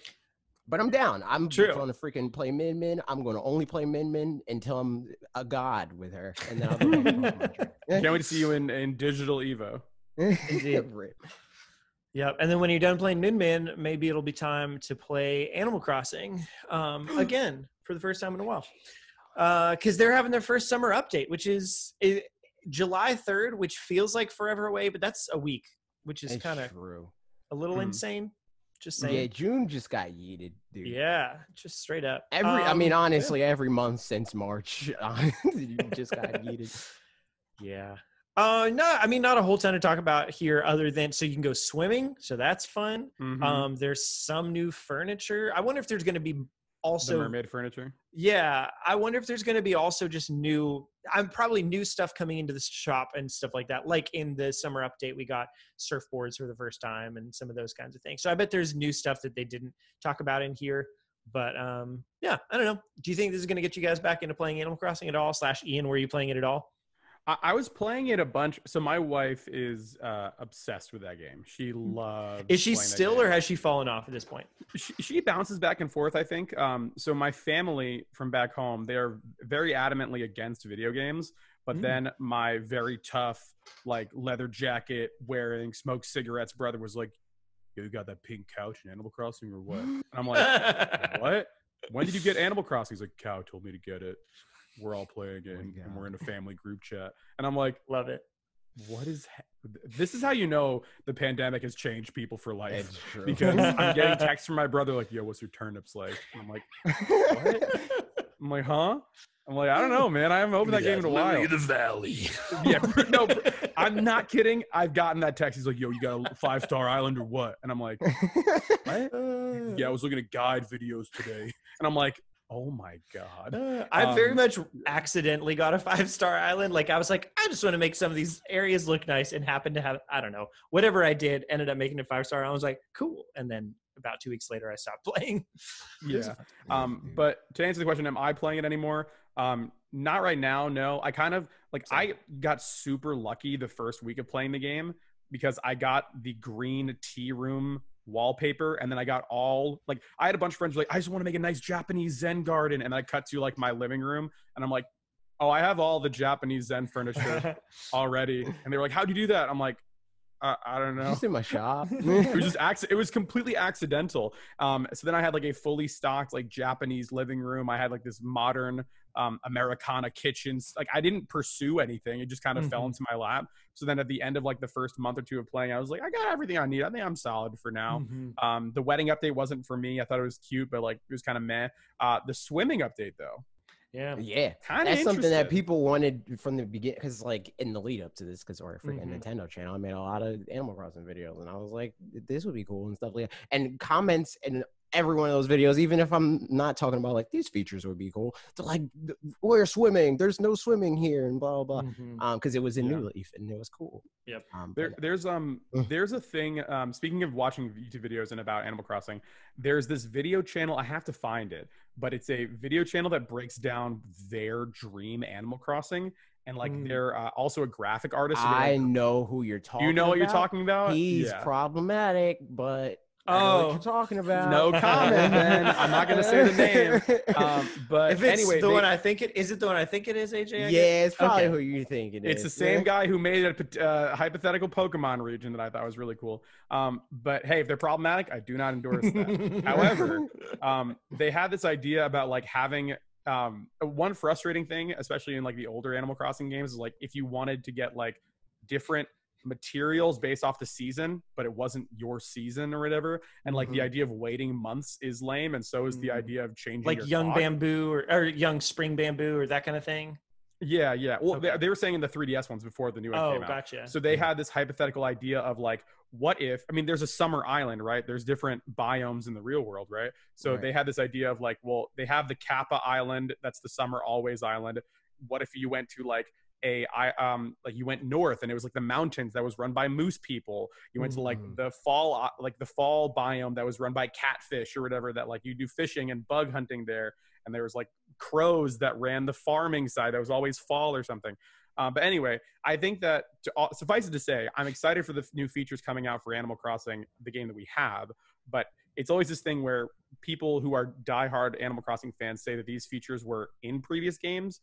And it sucks for those people that just want all the features from the previous iteration contiguously, as opposed to waiting month after month to get new stuff, which is, again, that's more of a business philosophy and development issue than it is a consumer issue, I guess, because, you know, hopefully come back a year from now, if you buy this game on sale for $20 a year from now, you might have all those fake pictures I just talked. I mean, yeah, $60. If you give your friend $20 for their card, I mean, 100%. I think come a year's time or whatever, we'll end up having all of the features from New Leaf, and I mean, we already have the and then some. We just don't necessarily have all the other stuff. So I imagine we'll have all that stuff back. But yeah, I can see what you mean, where it's frustrating for the people where it's like, but I already had that. And now I don't have that. I'm going to have to wait to get that again. Because I've seen so many comments of, it's just funny that seeing the discourse of people being like, man, New Leaf was so great because we had all this stuff and whatever. Which is, I'm sure that's true. But then I've also seen other Animal Crossing longtime fans that are like, yeah, but you forget you couldn't do like barely anything outside. You couldn't plop down a chair just somewhere that you wanted to randomly outdoors or whatever, you know, all this stuff where it's like, and you had to get a tan to be brown. Yeah. Right. You had to sit outside for 10 years. God. Yeah. So again, it's one of those things, like with all of us, I think that we're all pretty self-aware with our love of Pokemon. Right. And we've become self-aware and hardened by the awful Pokemon fans that are so loud. Unfortunately, Animal Crossing fans are too busy rearranging their furniture, so they're not that loud about their criticisms. And when they are doing that, they are very muted and calm about it because they're so zen from all the I noticed that. Furniture. It's wild, dude. Because again, every time I made a video about Animal Crossing, and it would be like something I said, it's like, oh, it looks like this tree isn't in the game or whatever. And instead of being like, you're stupid, you don't even do your research, you're such a fake fan, they're like, hey man, just want to let you know that tree actually is in there. Enjoyed the video. Heart. It broke my brain. I was like, if this was a Pokemon video, I would have a 5-page essay on how dumb I am. Which is funny because face value, Pokemon you'd be Unite, like, man. It's funny because with Pokemon, you'd think like, oh, also cute animals doing some stuff, and Animal Crossing, cute animals doing some stuff. But fan base is very. It's funny that you say that, because I was like, it's almost like the one game is about torturing animals and the other one's about moving furniture. So. Yep. Anyway, long story short, that's a tip then for anybody. Don't go looking up on YouTube about hour-long videos detailing what a game should be. Develop your own expectations based off of the past and formulate what you would like in your own brain. And then you know what you do? Or watch Fanatics. I'm saying, besides the fanatixfour one's not the problematic guy. Don't watch problematic. But what I'm saying is that don't get your hopes up for something that isn't out yet. Right. Yeah. Right. I think it's fine to be critical in the moment about things like, hey, you know what's really annoying? When I have to talk to Blathers 300,000 times when I'm standing right in front of him and I already gave him something, right? That's something to be validly, you know, frustrated about. Getting mad that there isn't a fake island where you can go in, I don't know, like it always be winter. That you can't be mad about that because it never happened, right? Yeah. And I think that's where we kind of get into that. You're mad about the problem you made up. Which I think, like, in the context especially of our channel is probably funny because, like, a lot of our videos we do talk about things. It's like they could do this and they could do this, but there is a difference between they could do this and like ideas for the way things could be. Don't do this, I'll hate this game. Right. Exactly, because that's a lot of, like, I mean, you've said before, but some comments sometimes be like, you're just raising people's expectations, and like, then if they don't do this stuff, people are going to be mad, and it's like, well, we're not. A lot of times they'll flat out be like, they'll flat out say like, you're just raising your expectations up, and you're just going to get mad and make another video about it. And it's like, how they did scroll through our channel. Scroll through our channel and you will see I have never in my life been like, Pokemon Company didn't do that thing that I wanted them to do, and since they didn't do it, I'm angry. You know, it's like, whatever, dude. I'm just saying, hey, this would just cool if it doesn't happen. If anything, it's the opposite. It's like, oh, they did a thing that I wanted. Hey, yeah, and that's where the, like, you know, like the payoff is. It's like I just said something offhand in a video 3 years ago, and it just so happened to happen. That's cool. Like, it's kind of the thing of like when everybody was running articles that Bob called the Switch, but like it's funny because like I literally like down to the chipset that's in Switch, I was like, it'd be dope if Nintendo's next console will use the Tegra K1 Snapdragon, but it was at the time, and it happened. I was like, that's dope. But if it didn't happen, I wouldn't have been like, this console sucks and I hate it and blah, you know. It's like, whatever. That stuff. Speaking of Switch, there's these two are just really short news articles, but they're the last ones we got for the news bits. There's now a wish list exploit that you can do to make it to where it looks like there's Wii U and 3DS games available on the Switch eShop when there's not really. So long story short, just like don't fall for that or whatever. But also that's funny. There it is. Yeah, people, I'm sure. Talk about not getting your hopes up. Seen like the Mario 3D worlds come in this way, like that whole thing. So there's that, and then the other one is just that Nintendo says apparently there should be more Switch stock available soon, which is good because like it's still, they're having some of their best months, you know, ever or whatever being sold. But it's, I was talking about this with I think Daniel from the Loot Pots, maybe it was DJ. I don't remember. It was a little bit ago. Daniel, One Up Mango. Is that? No, there's Daniel and one. Yeah. I was talking with somebody. It's been several weeks now. Too many. You guys are great, but there's so many. But I was saying in any case that like I wonder if there's a breaking point where like if Nintendo were able to produce more, then at some point it would stop being more scalpers would buy all of the stock, and there would be too many to where scalpers would stop buying it, and then it would just be back to just, you know, regular consumers. And then probably at that point the actual number that would be bought is lower because it's the people that want to buy a Switch right now for themselves, as opposed to people hoarding every single one that comes in. So I wonder where we are on that kind of like threshold at this point, because at some point when they get more stock, it's going to pass that. So yeah, if that's probably why we're having some of the best months ever of console sales, is because they're it is in demand, but then B, there's also scalpers. So like both of those things work together pretty efficiently. Valid. But yeah, more stock. Should be dope. Which is good. Yeah. Then I can stop getting people to ask me, hey, is it worth buying this $400 Switch Lite on Amazon? Oh my goodness. No. That said, honestly though, so I've been trying to find stock because my sister-in-law had really wanted it. She still didn't get one. Wow. But at this point, I think she's kind of over it because she was mostly going to get it for Animal Crossing. A lot of the Animal Crossing hype has just died down in the, you know, general conversation. So I do wonder if there's, you know, maybe some sales that have been lost that way, but maybe not at the same time. So, and it's not like, what could they do about it? You know, it's not their fault. It's true. It is what it is. But that's all the news that we've got. And then we already did your video comments, but then we're dipping right back into Pokemon because right back there. I made a video about Pokemon too, and we got some comments. And Heck so it did, and it did. Yep. All right. So premise of the video, Ian, and anybody else who didn't watch the video, was big picture. I've loved Pokemon since I was a kid, fell off of gaming in general for a while, and then came back, but then like didn't really pick back up where I left off with Pokemon. And like, I had some more thoughts about that since then, but I think some of it is like, to call yourself a Pokemon fan is tough because there is such a, like, you could have a 7-year-old, they're like, I love Pokemon, I'm a Pokemon fan, and that's accurate. But also there's Pokemon fans that know all 850 Pokemon, or 800, you know, however many there actually are at this point. And then I feel disingenuous calling myself a Pokemon when I know that you're a Pokemon? Calling myself a Pokemon fan when I know that I don't, and that I've missed games and stuff like that. And like, I am a fan. I think there's different degrees of fandom. Yeah, you very much, you like Pokemon, you're a Pokemon fan. You know, like, right, exactly. It's kind of like that whole thing of like, games. like you're not a gamer because you don't have a freaking 480, like a $4,000 computer that does 144 hertz and 120 yeah, you like video games? Second. Name 3 of their albums right now. Yeah, exactly. Idiot. That's what I thought. You didn't know anything.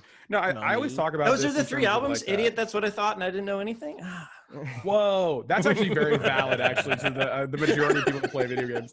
But so this is something that I struggle with a lot because I am a part of 2 fandoms that are probably 3 fandoms that are probably the most toxic, vitriolic fandoms of all time. I love video games, I love anime, and I love League of Legends.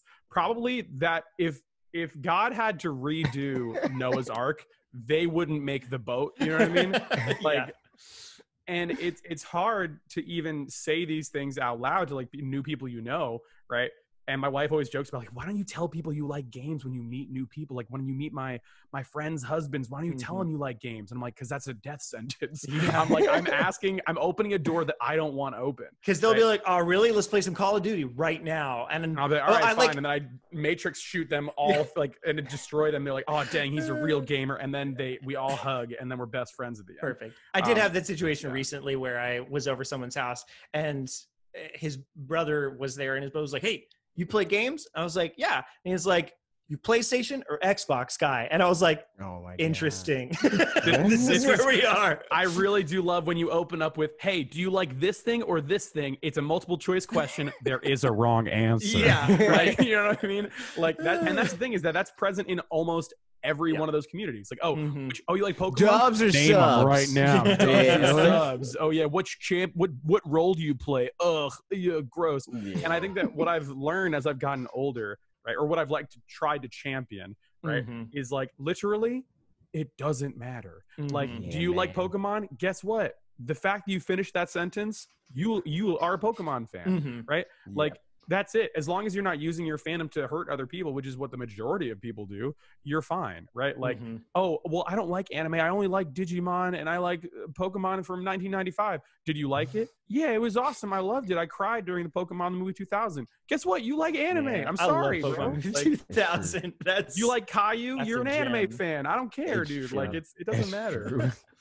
Yeah. So the remainder of that was kind of that that with Pokemon Snap, there's a renewed sense of hope of some sort that, I mean, I jumped a bunch of points here, but in any case, I was talking about kind of following up on a video AJ had made about how the Pokemon games aren't really what a lot of people think they are. And they're kind of trying to like hit every single target demographic in one main game by being like, yeah, it's a single player RPG, but also really it's like competitive game. And it's, you know, like it's these things. And most of all, it's not like the main thing about it isn't just a single player RPG. If so, then it will feel like a bit of a shallow experience for that specifically. But you know, whatever, that's what it is. It's either an early RPG or it's all these other things. But talking about how Pokemon Snap gives me hope, and that hopefully the answer is probably actually, if they want to do all the things well, might be some amount of diversification. Or I had this thought after the video, The fact that we're not getting a new mainline Pokemon game this year, and then theoretically, if we get Let's Go Johto next year and Gen 4 remakes the year after, you know, everybody's made up timeline, something along those lines. Then if Gen 9 has that extra year of time, then like maybe at that point they'll have been able to flesh stuff out more. But like right now, I think they need more than a year. I think they do. For Pokemon to be everything for everyone, it needs to become GTA. And for it to become GTA, they need 5 years. And the thing too is like, I kept thinking about this after I made the video. The battle system is very refined for the online battling, ranked battle, like that kind of actual, like there's depth there and it's complicated. It's very refined for that. It's not a great battle system for a single player RPG. Just like, it's okay for that, but it's just not the best one or whatever. But its purpose isn't really that anymore. Whereas if they were to make, my dream would be that in addition to like Pokemon stuff that goes based off the mechanics that it has right now, is that they do make, hey, we're going to make a single player RPG Pokemon game that's from the ground up, like imagined as if we were to want to make that. And then, you know, people could play both. And it's not even a mainline game. It is. They need to like classify, but a little bit more dramatic than that in the transition of like how different they are. Okay. They need to say, okay, here's the OG Pokemon experience for the people that want the Pokemon VGC, you know, battle strats and all that stuff. And then here's Pokemon for literally everybody else. Yeah. The only way that I think that they could do it. Well, here's if I had to make Parker's reality real, right? And you will. I will do it right now. Close your eyes. I'm going to make it real. So what I would do is they're not going to make Let's Go Johto. Instead, they're going to take those development resources and make 2 more rounds of DLC for Sword and Shield, right? Expanding that world even more. And the end of the 4th DLC will have the Dialga and Palkia like show up randomly in the world, right? The ending of that DLC, we'll like, let's say it's like the Crown Tundra's the ice world, you have the summer world, whatever, you have like some sort of, I don't know, you travel to mainline Spain for like fall time or something. And then the final part is like in some sort of like mountainous region, and you have to fight Dialga and Palkia because something happened with them in the story or something. They've become corrupted by evil energies or something. I don't know. The Dynamax energy has corrupted Dialga and Palkia somehow, because like all these giant pillars in the sky have been messing with time and space. The ending of that 4th DLC, you'll defeat Dialga and Palkia, but they say that there's no way of saving this world that's starting a new one, and you'll beseech the gods of time and space to create a new world where things can be healed from Dynamax. And then from that day forward, you'll have what's called Pokemon Wild, where it'll be like an action RPG essentially, where like you can again do Pokken style fighting in the wild versus like whatever. You can still have a trainer, you can customize them, whatever. But then it'll be Pokken style things where you'll actually be actively controlling the character. You can switch Pokemon out, kind of like how it is in the cartoon. But then you'll have the split timeline of the Dialga and Palkia universe that got split off, like and left to die or whatever we want to call it. We can call it like Pokemon Apocalypse or something like that. And then that can be like that. You can continue the mainline traditional RPG turn-based thing and have it continue down the same path or whatever. That could be the WoW classic of that. Yep. Yeah, I mean, I think that would be great. And for me, it's funny because I would be totally happy for it to go either in the action direction or even just more into the turn-based direction or whatever. Just bravely default for Pokemon. Yeah, I mean, like, I think one of the things I mentioned in the video is the whole like forgetting moves and all of that is like important for only having those 4 moves for in battles for, you know, reasons. But really, that's like dumb in the sense in the actual canon of things. Like, I think you know, in the canon, Pikachu doesn't just forget. No, I think Pikachu does. From season to season, they do. Yeah, like they don't like Pokemon doesn't do Pikachu doesn't do Volt Tackle after that season of the anime. They learned Iron Tail and then switched out. Like no, he had Iron Tail and Volt Tackle before. I think the way he do they talk about it as like that, or it's just like people? It just happens. It's just like, all right, I know Electro Ball now. I'm never using Volt Tackle again. Interesting. Yeah.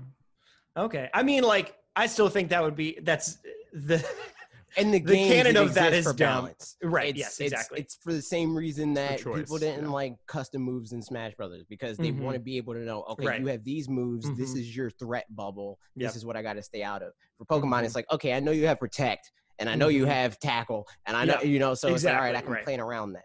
But if you have 37 moves, there's I can't no plan way around that. Yeah, you'd have to plan around anything that Pikachu could learn or whatever, which is ridiculous. But in a single player RPG, whatever, like that's just that's fine.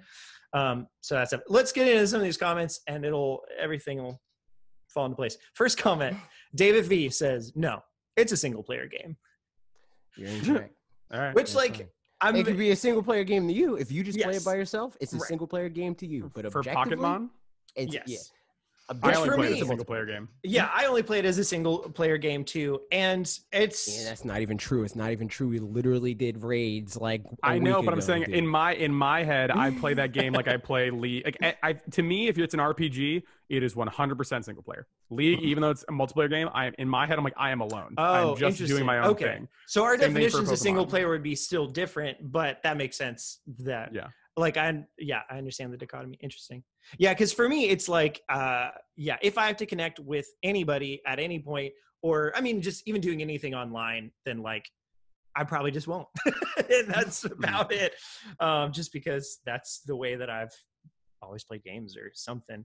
But yeah, I think it is also a single player game as well as other things. It's just not the best single player. The single player experience isn't as good as it could be. It's not designed to be a single player game. You can play it by yourself, but it's not designed to be Pokemon. I mean, a single player game. Just on how they market Pokemon and the fact that there's 2 Pokemon games and they have separate Pokemon that they want you to trade for. I meant to mention that in the video and I didn't, but that's from the beginning, from Red and Blue. That's the point. Is like trade with your friends, buy 2 copies for yourself, I guess, if you want, and have 2 Game Boys, but probably trade with your friends. And it's important to note that they never market it like that, where it's like buy both versions. They're like, hey, you got a friend, buy the other version with your friend. Do you have a friend? He's your blue. You're red and he's your blue. If any of my friends ever treat me like Blue did, I will have to fight them. That's my only issue, though.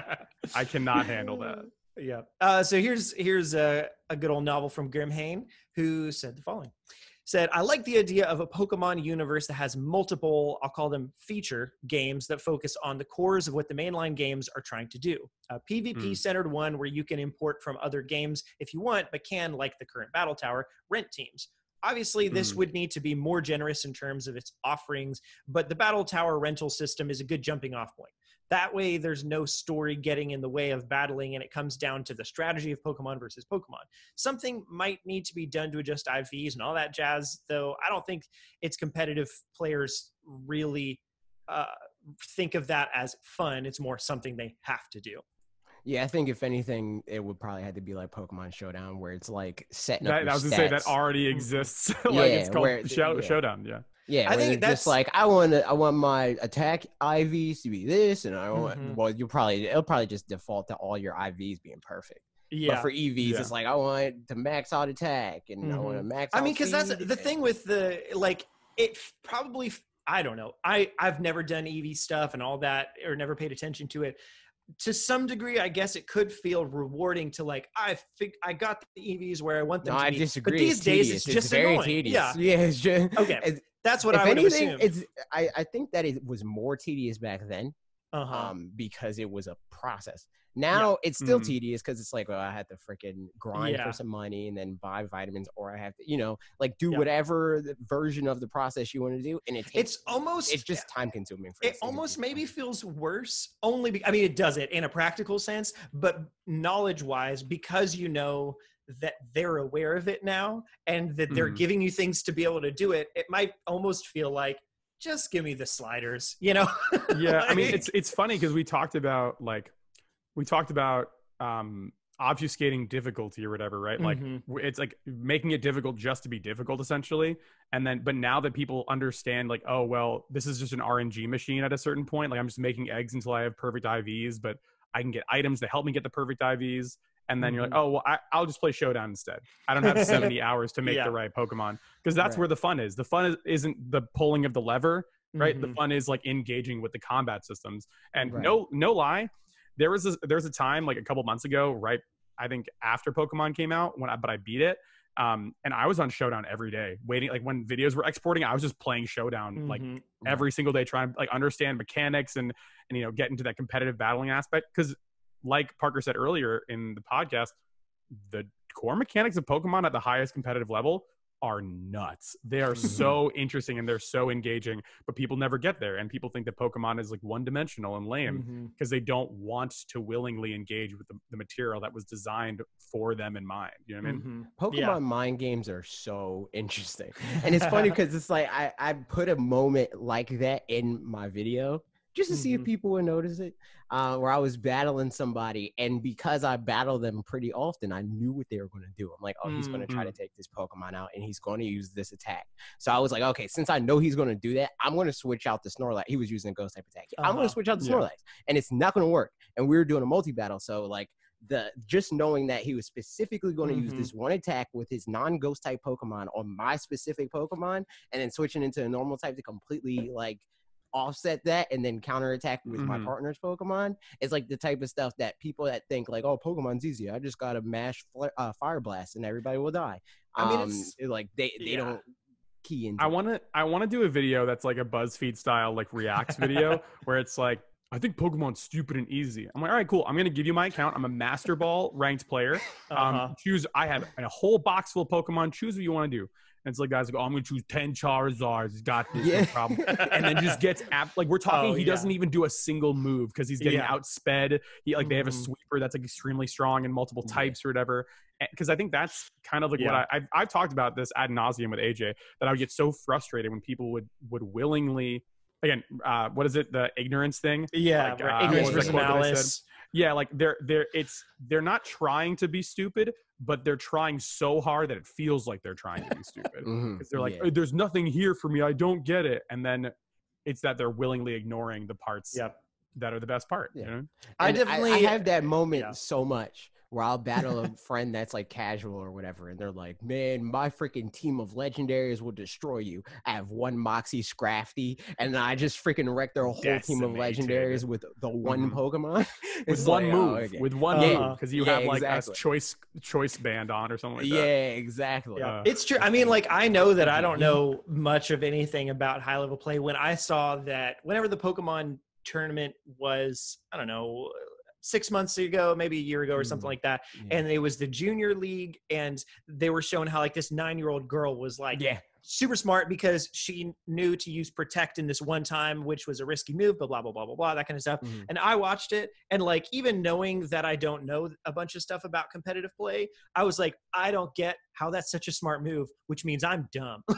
Like in the context of this, you know, bro, like, it's fighting games. It's literally all like that turn-based RPGs competitive. Like, you correct me if I'm wrong, AJ, but like exactly that, But is there any other high-level turn-based RPG that's multiplayer? No, I can't think of any. Yeah, and that's the thing. Like, because we're comparing so when you think of the battle system of Pokemon, that's why it feels like maybe so different. Like they can't change what it is. While it's tied to the multiplayer battling system, they would have to disassociate those, which I mean, that was why I was hoping that Pokemon Stadium 3 would be announced and that would be the core platform of all this stuff, but it wasn't, and that's okay. But yeah, I think Remain's idea in any case of a PvP, like centered game, a platform. It's wild that we're just on the first part of Grim comment. Well, the second part, and we'll keep going from this, is so the PvP part was the first bit he said, and a PvE focused game, which still allowed for battles between players, but focused more on story and building a bond with your team, as well as fleshing out the RPG elements that exist in the mainline games. Let Pokemon have more. Is that word for word what we just said earlier? Pretty much. Nice. Let Pokemon have more than 4 moves, make their nature affect them more, but also have it be something you can work on adjusting. Take Breath of the Wild's environmental effect and implement it, and more so than it's already in the game. Make cold environments weaken steel types to electrical attacks. Have hot environments greatly or negatively impact water types, and damp ones hinder fire types. I'd go on, but I think that gives the idea. And of course, builds from that. Be creative with it. Fill out the world you have created. Yeah. There's one part of this that I think I want to push back on, the idea that I think that there should be a single player Pokemon game. I disagree with that. I think that there should be a Pokemon game that plays like a single player game and is designed like one. I mean, what about Mystery Dungeon though? Even Mystery Dungeon. That's not single player? No. You could play that with your friends. Your friends can come in and rescue you and do the whole thing. So like even that. Yeah, like if you get trapped in a dungeon, or like if you lose, your friends can go into your world and save you. Interesting. Dang, just like in real life. Yeah, exactly. Remember the last time I saved you in the dungeon? Yeah. No, but I think that like making it's kind of like what people are talking about with Breath of the Wild now, right? Where they're like, Zelda's in this game, make it freaking co-op. Like, like I think doing that where it's like it's still or can be a multiplayer game, but not limit that multiplayer aspect to just like battling your friends in these high level, or as high a level as you are personally, I guess, in these like competitive battles or whatever, right? I think Pokemon could still very much be like a multiplayer experience for the people that want to play it like that, but just in a Breath of the Wild like world or whatever. I'd be down with that. I think like to paint the picture in a marketing standpoint, for me, what I would like it to be is them to realize, and this is why I'm saying it would be a spinoff, honestly, is because their core audience still needs to be children as well as adults and all that, like span the whole thing, but having a spin-off or whatever that acknowledges the fact that there are players that started with them 20 years ago and are still around now, and something that markets more to them than it does, which I mean Pokemon Snap honestly is that in large part, but markets in that sense.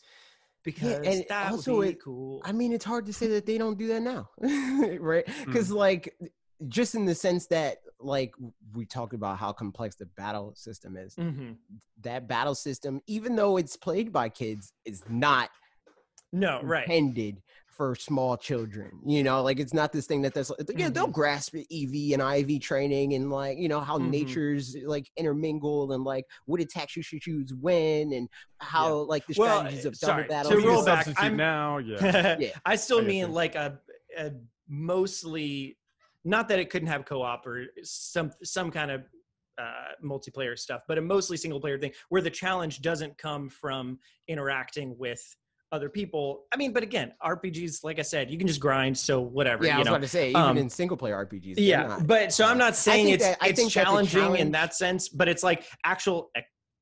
I don't know. I think that in this game, at least what I think would make sense for Pokemon as a brand, because like Pokemon is inherently a community driven thing. So for them to be like, okay, this is a Pokemon game that you only play by yourself. Even stuff like Gale of Darkness and Coliseum are multiplayer games.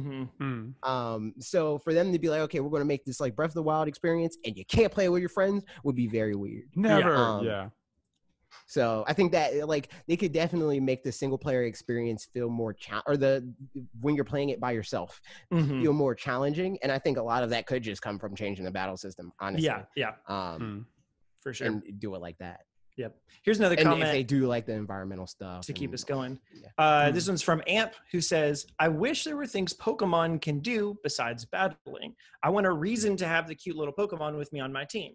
Oh, it's a tiny Pokemon that's too slow to keep up. It doesn't follow. It's in your backpack, Togepi style, or on your shoulder. Oh, that's cute. I just want more RPG mechanics like equipment or something affecting gameplay, or classes making your character better at certain things, like being a breeder or farmer or bug catcher or ace trainer. Let us have those titles and let it mean something. I have a video about that. It's been a long time since you put it out, but I need to make it. Yeah, I need to make it. I need to make a video that's just about that. Yeah. That would be pretty tight. That would be like an MMO style thing, though. I think. Yeah. Like that would definitely be like that hypothetical MMO sort of thing. Yeah. Because I think that it makes a lot of sense to not only have your Pokemon grow and evolve, but your trainer.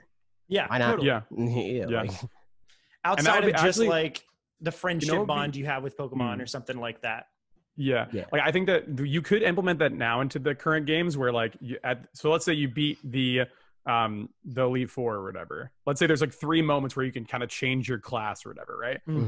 Or actually no, what if it's like your clothes?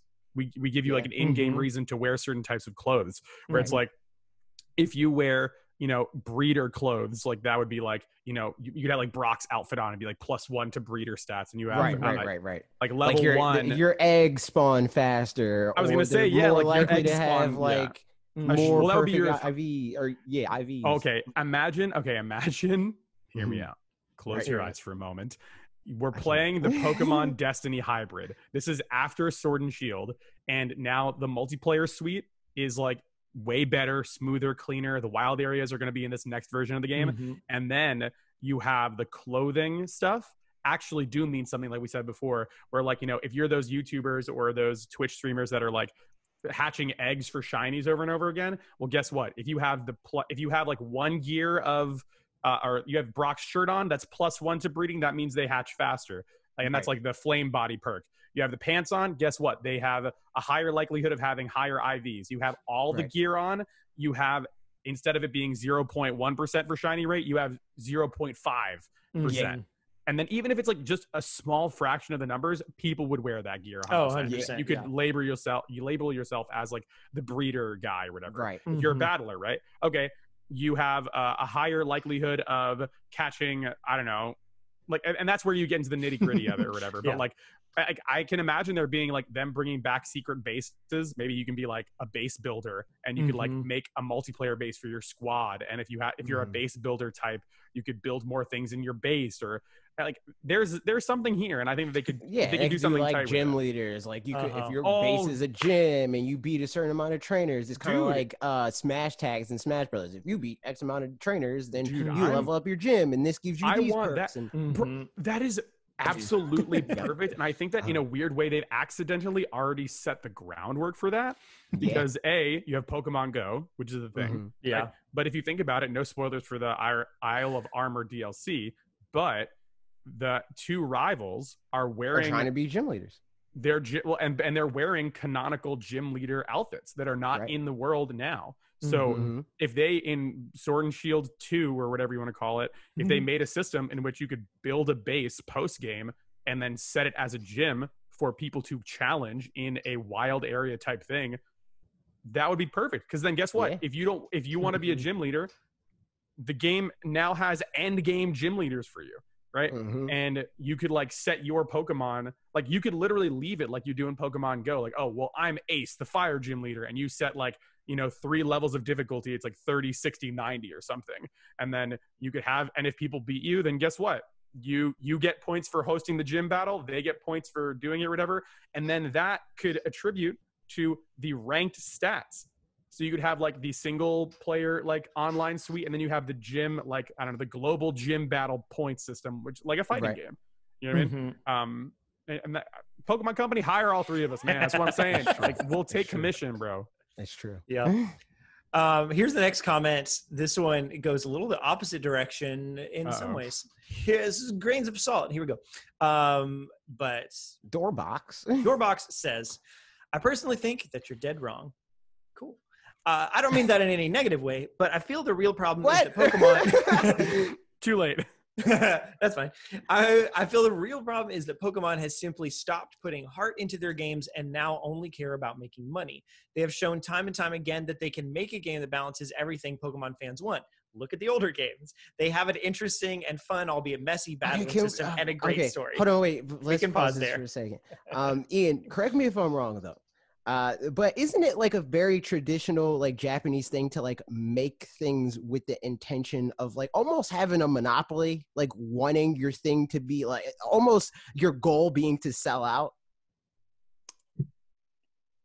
Like when Akira Toriyama that sentence went into a place where I was like, nah, I can't speak to that. Like, but so like you Dragon Ball, Akira right? Toriyama, well, I'm saying you reference him, and there is a thing, I think, in Japanese culture with legacy, right? And for as much things change, they must also stay the same.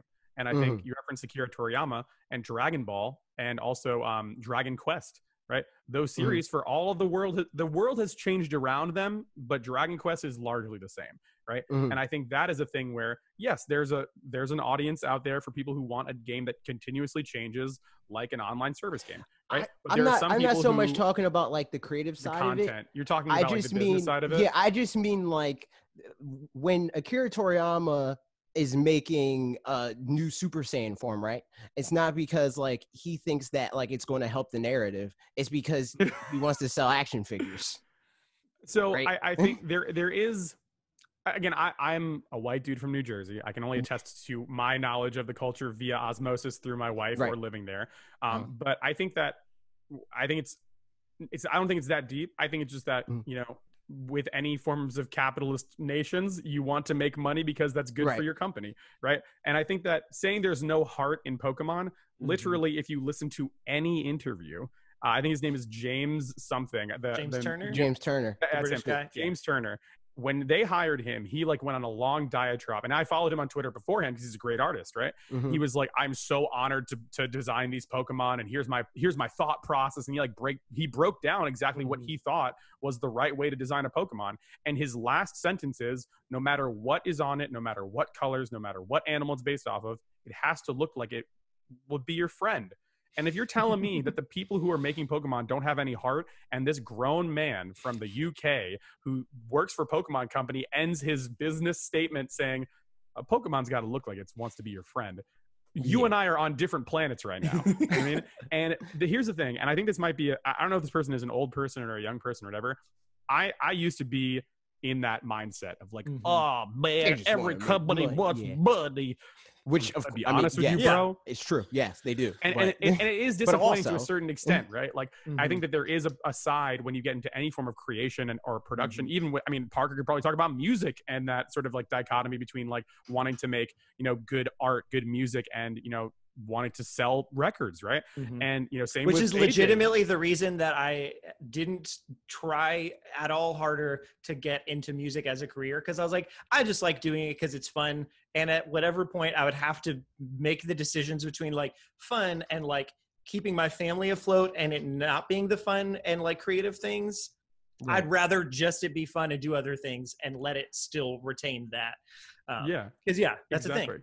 And then same with AJ and I with making videos, right? Like we had a whole diatribe in the beginning of like, oh, I get too stressed out when there's too much of a plan and I just want to make something, right? And I think that and like we talked at DMs about like writing scripts and like, oh, you know, my brain doesn't work for a video. What does that mean? What does work for a video mean? It means that it's consumable, it's a product, people can like it, and you can essentially sell it, right?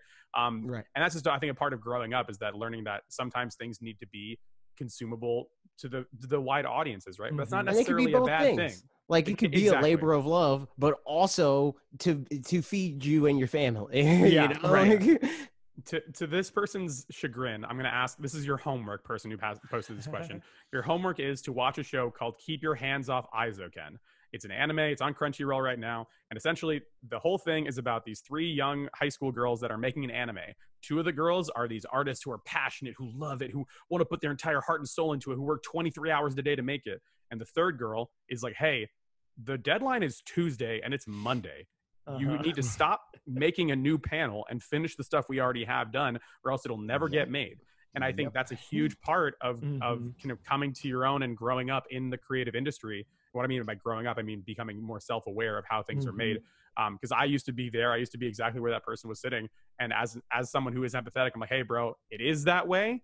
It is kind of scummy sometimes, but also it's not. And it's deeper than that. So I implore this person to go and watch that anime. Yeah. And also the look at the older games bit. I think, I mean, there's some rose-tinted glasses there because I could easily say the same thing for myself. And like even talking about just the single-player RPG thing, like the Gen 1 was a great single-player RPG for me as an 8-year-old. And like, but that doesn't necessarily mean it's all the things, you know, we want it to be now, in the sense that, you know, it's like it always was this mature thing that they've dumbed down or something like that. Yeah. Have you played original Gen 1 Pokemon Red and Blue? It is unplayable. Yeah. It is not even a game. Like I got so used to playing it on emulators back, like after a while. I don't play emulators, hey everybody. Back in like 2010. That's stealing. It's true. I mean, I also owned the game so many times, but also, you know, so you emulated it by taking your cartridge and then downloading it directly from there using. But I played it with like, extension. you know, speed up stuff. And because just walking around is really slow, and then going back and playing the original, walking around is really slow. So that makes it hard. I literally, right before Let's Go came out, I played through Pokemon Yellow again, and like with the context of everybody being like Pokemon got so easy and blah blah blah, I literally did not lose a single I didn't lose a single Pokemon the whole playthrough.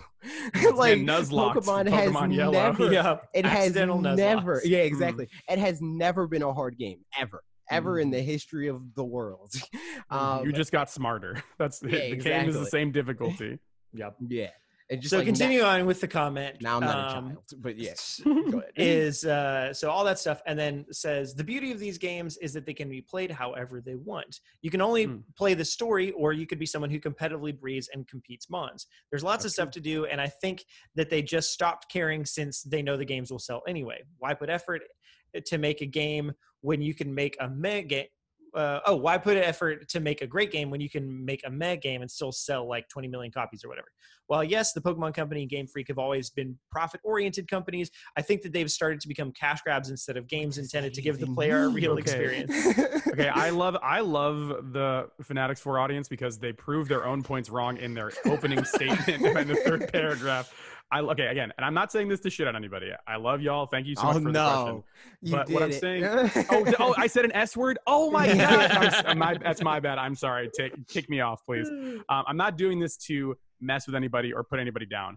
But saying something is a profit-oriented company and then also a cash grab, those are the same words. He said the same words 3 times. Because to be a profit, what a profit-oriented company. Those are all the same words. What company is not profit oriented? Yeah, it's true. That's the first thing. And the even second non-profits, thing like just as an aside, have to get like profits. Even then they have to make money to pay the people that work there. And the other thing is that on top of that, they proved their own point wrong in the paragraph because they said, well, Pokemon games can be played any way that you want, single player, multiplayer, competitively, and at any point, whatever. But now the games are just kind of meh. You're like, well, you just proved that Pokemon is the way it is by building up systems that have been accrued over the course of 20 years, right? The games aren't meh. You just have played the systems that have been developed for years and years and years, right? I'm sure that if I made my mom play Pokemon Sword and Shield, she would go crazy because she doesn't know these systems that are already so natural to all of us, right? And I think that's a part of the issue is that Pokemon has never been meh. It's always been rad.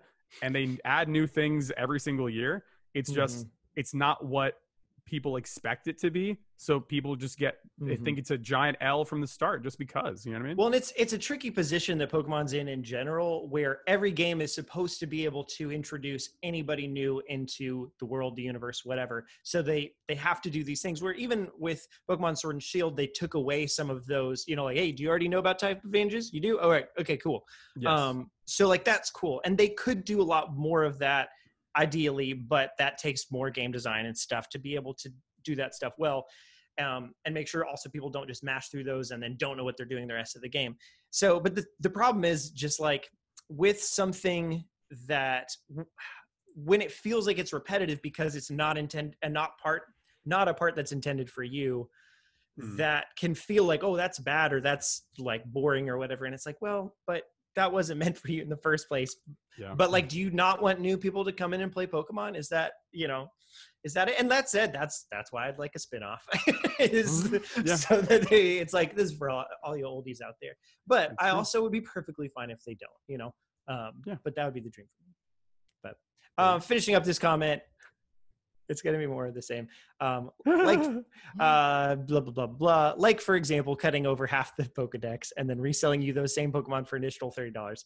That's not the case. You can literally transfer them if you have them already. With low effort DLC area that takes no more than 5 hours to fully explore. The point of the DLC is not exploration. Do the Cub Fu storyline. The Cub Fu storyline is to introduce you to Cubby and the mechanic so that you can actually engage with the new content that is all the raids and all. Has this person engaged with any DLC other than this? Because you know what League of Legends will do? they'll sell you a $20 skin that does not affect your gameplay in any way and just makes the character put on a different pair of clothes. Right. Yeah. So like, again, I understand what they're trying to say here, but for half of the price, for the season pass is $30 for Pokemon, and you get literally, even, let's say if it even is just 5 hours or whatever, it's 5 hours in this one. We have some confirms, some rumors and speculation that the Crown Tundra is going to be almost triple that based off of just the areas alone.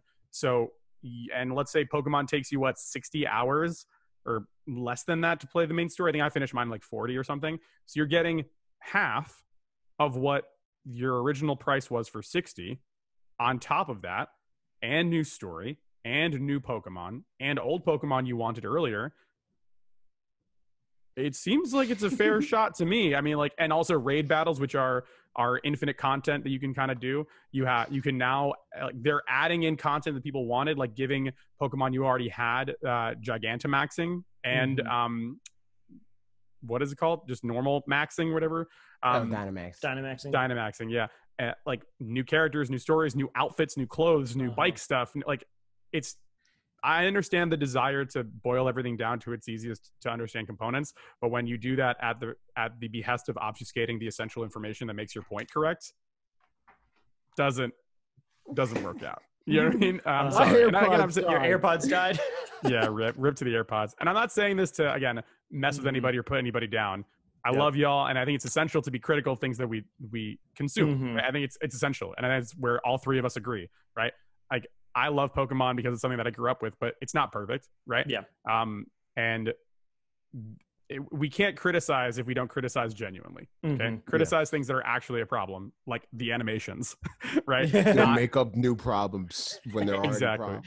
AJ, your mic just got lower, but it's too late to change it now. So you're gonna have we're gonna have Barry White AJ up in here for the rest of the video. Don't create problems when there's no problem. Oh, I like that. That's awesome. It's great. So there's a little bit more to the comment, but I think a lot of these points also are ones that have kind of been going around in the negative side of the Pokemon community for a while. You know, like it mentions the lying about the models thing and all that. So I think whatever. In any case, I appreciate your comments. There's some thoughts in there. I think the picture is bigger than reaction-based YouTubers want to make you believe. Yep. So, and that said, I mean, we're YouTubers as well, but just try to have a more kind of streamlined and logical and dual-sided approach, ideally. Does my voice still sound deep? Nope. Normal.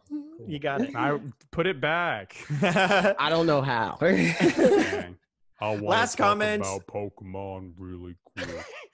Here's the last comment, and then we'll move to the Q&A, and then we'll be done. Got messed up. It's true.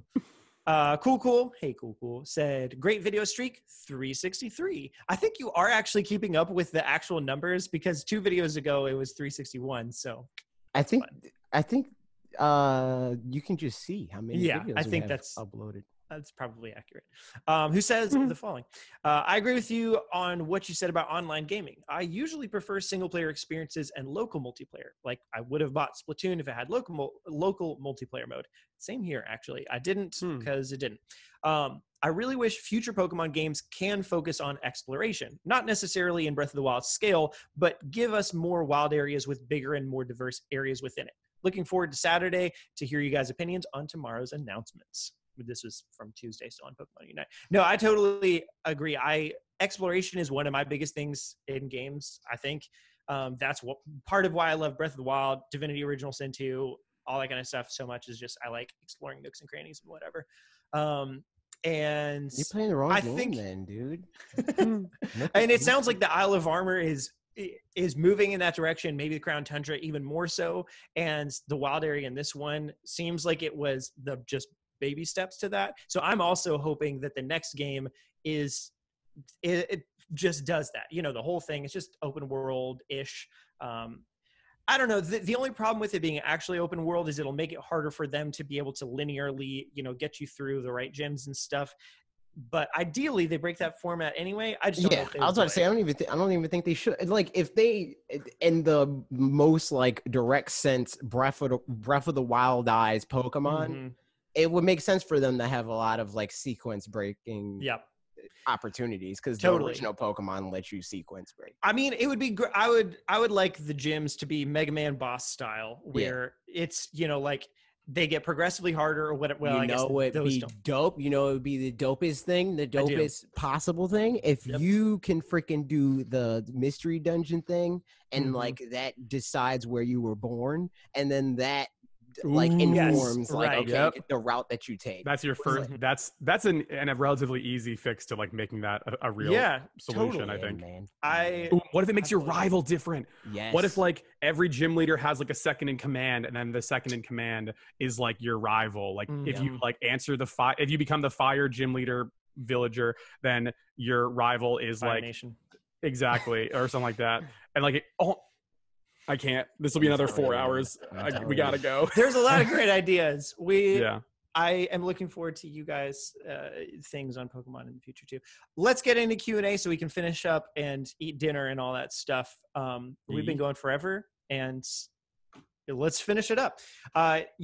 Questions, you can ask us questions lots of places. This is from YouTube community. Not a question, but Nintendonomics said, been enjoying your guys' perspective on Pokemon more than every other channel. Looking forward to this.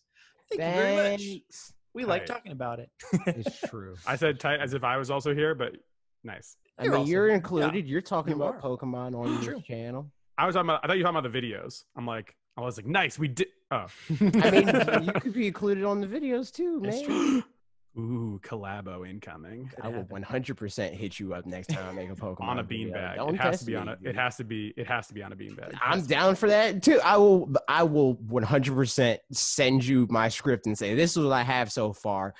Must be read in a beanbag. Shoot me 20 minutes of you just talking about this topic. And I'll cut it down. Okay, here's the deal. I am 100% no joke okay with that.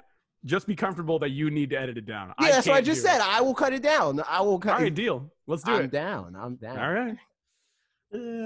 Next question. This is from Devilman's Crybaby, aka Chris the Butte, who said, nice. Have you played any more of Ninjala, AJ? Also, second favorite fruit that's good in theory. Okay, so first question. Unfortunately, no. I answered that in the beginning. I wish, but there's too many things to play, and I'm probably not gonna be able to play it until next week, not this week coming up, because midnight. Of course, Max. Yeah, and then and then the second part, the second favorite fruit that's good in theory. I think that's a Parker question because I'm not dumb, so I don't say fruits are good in theory. Like either or anything's good in theory. Either it's good or it's not. You know, backstory to that.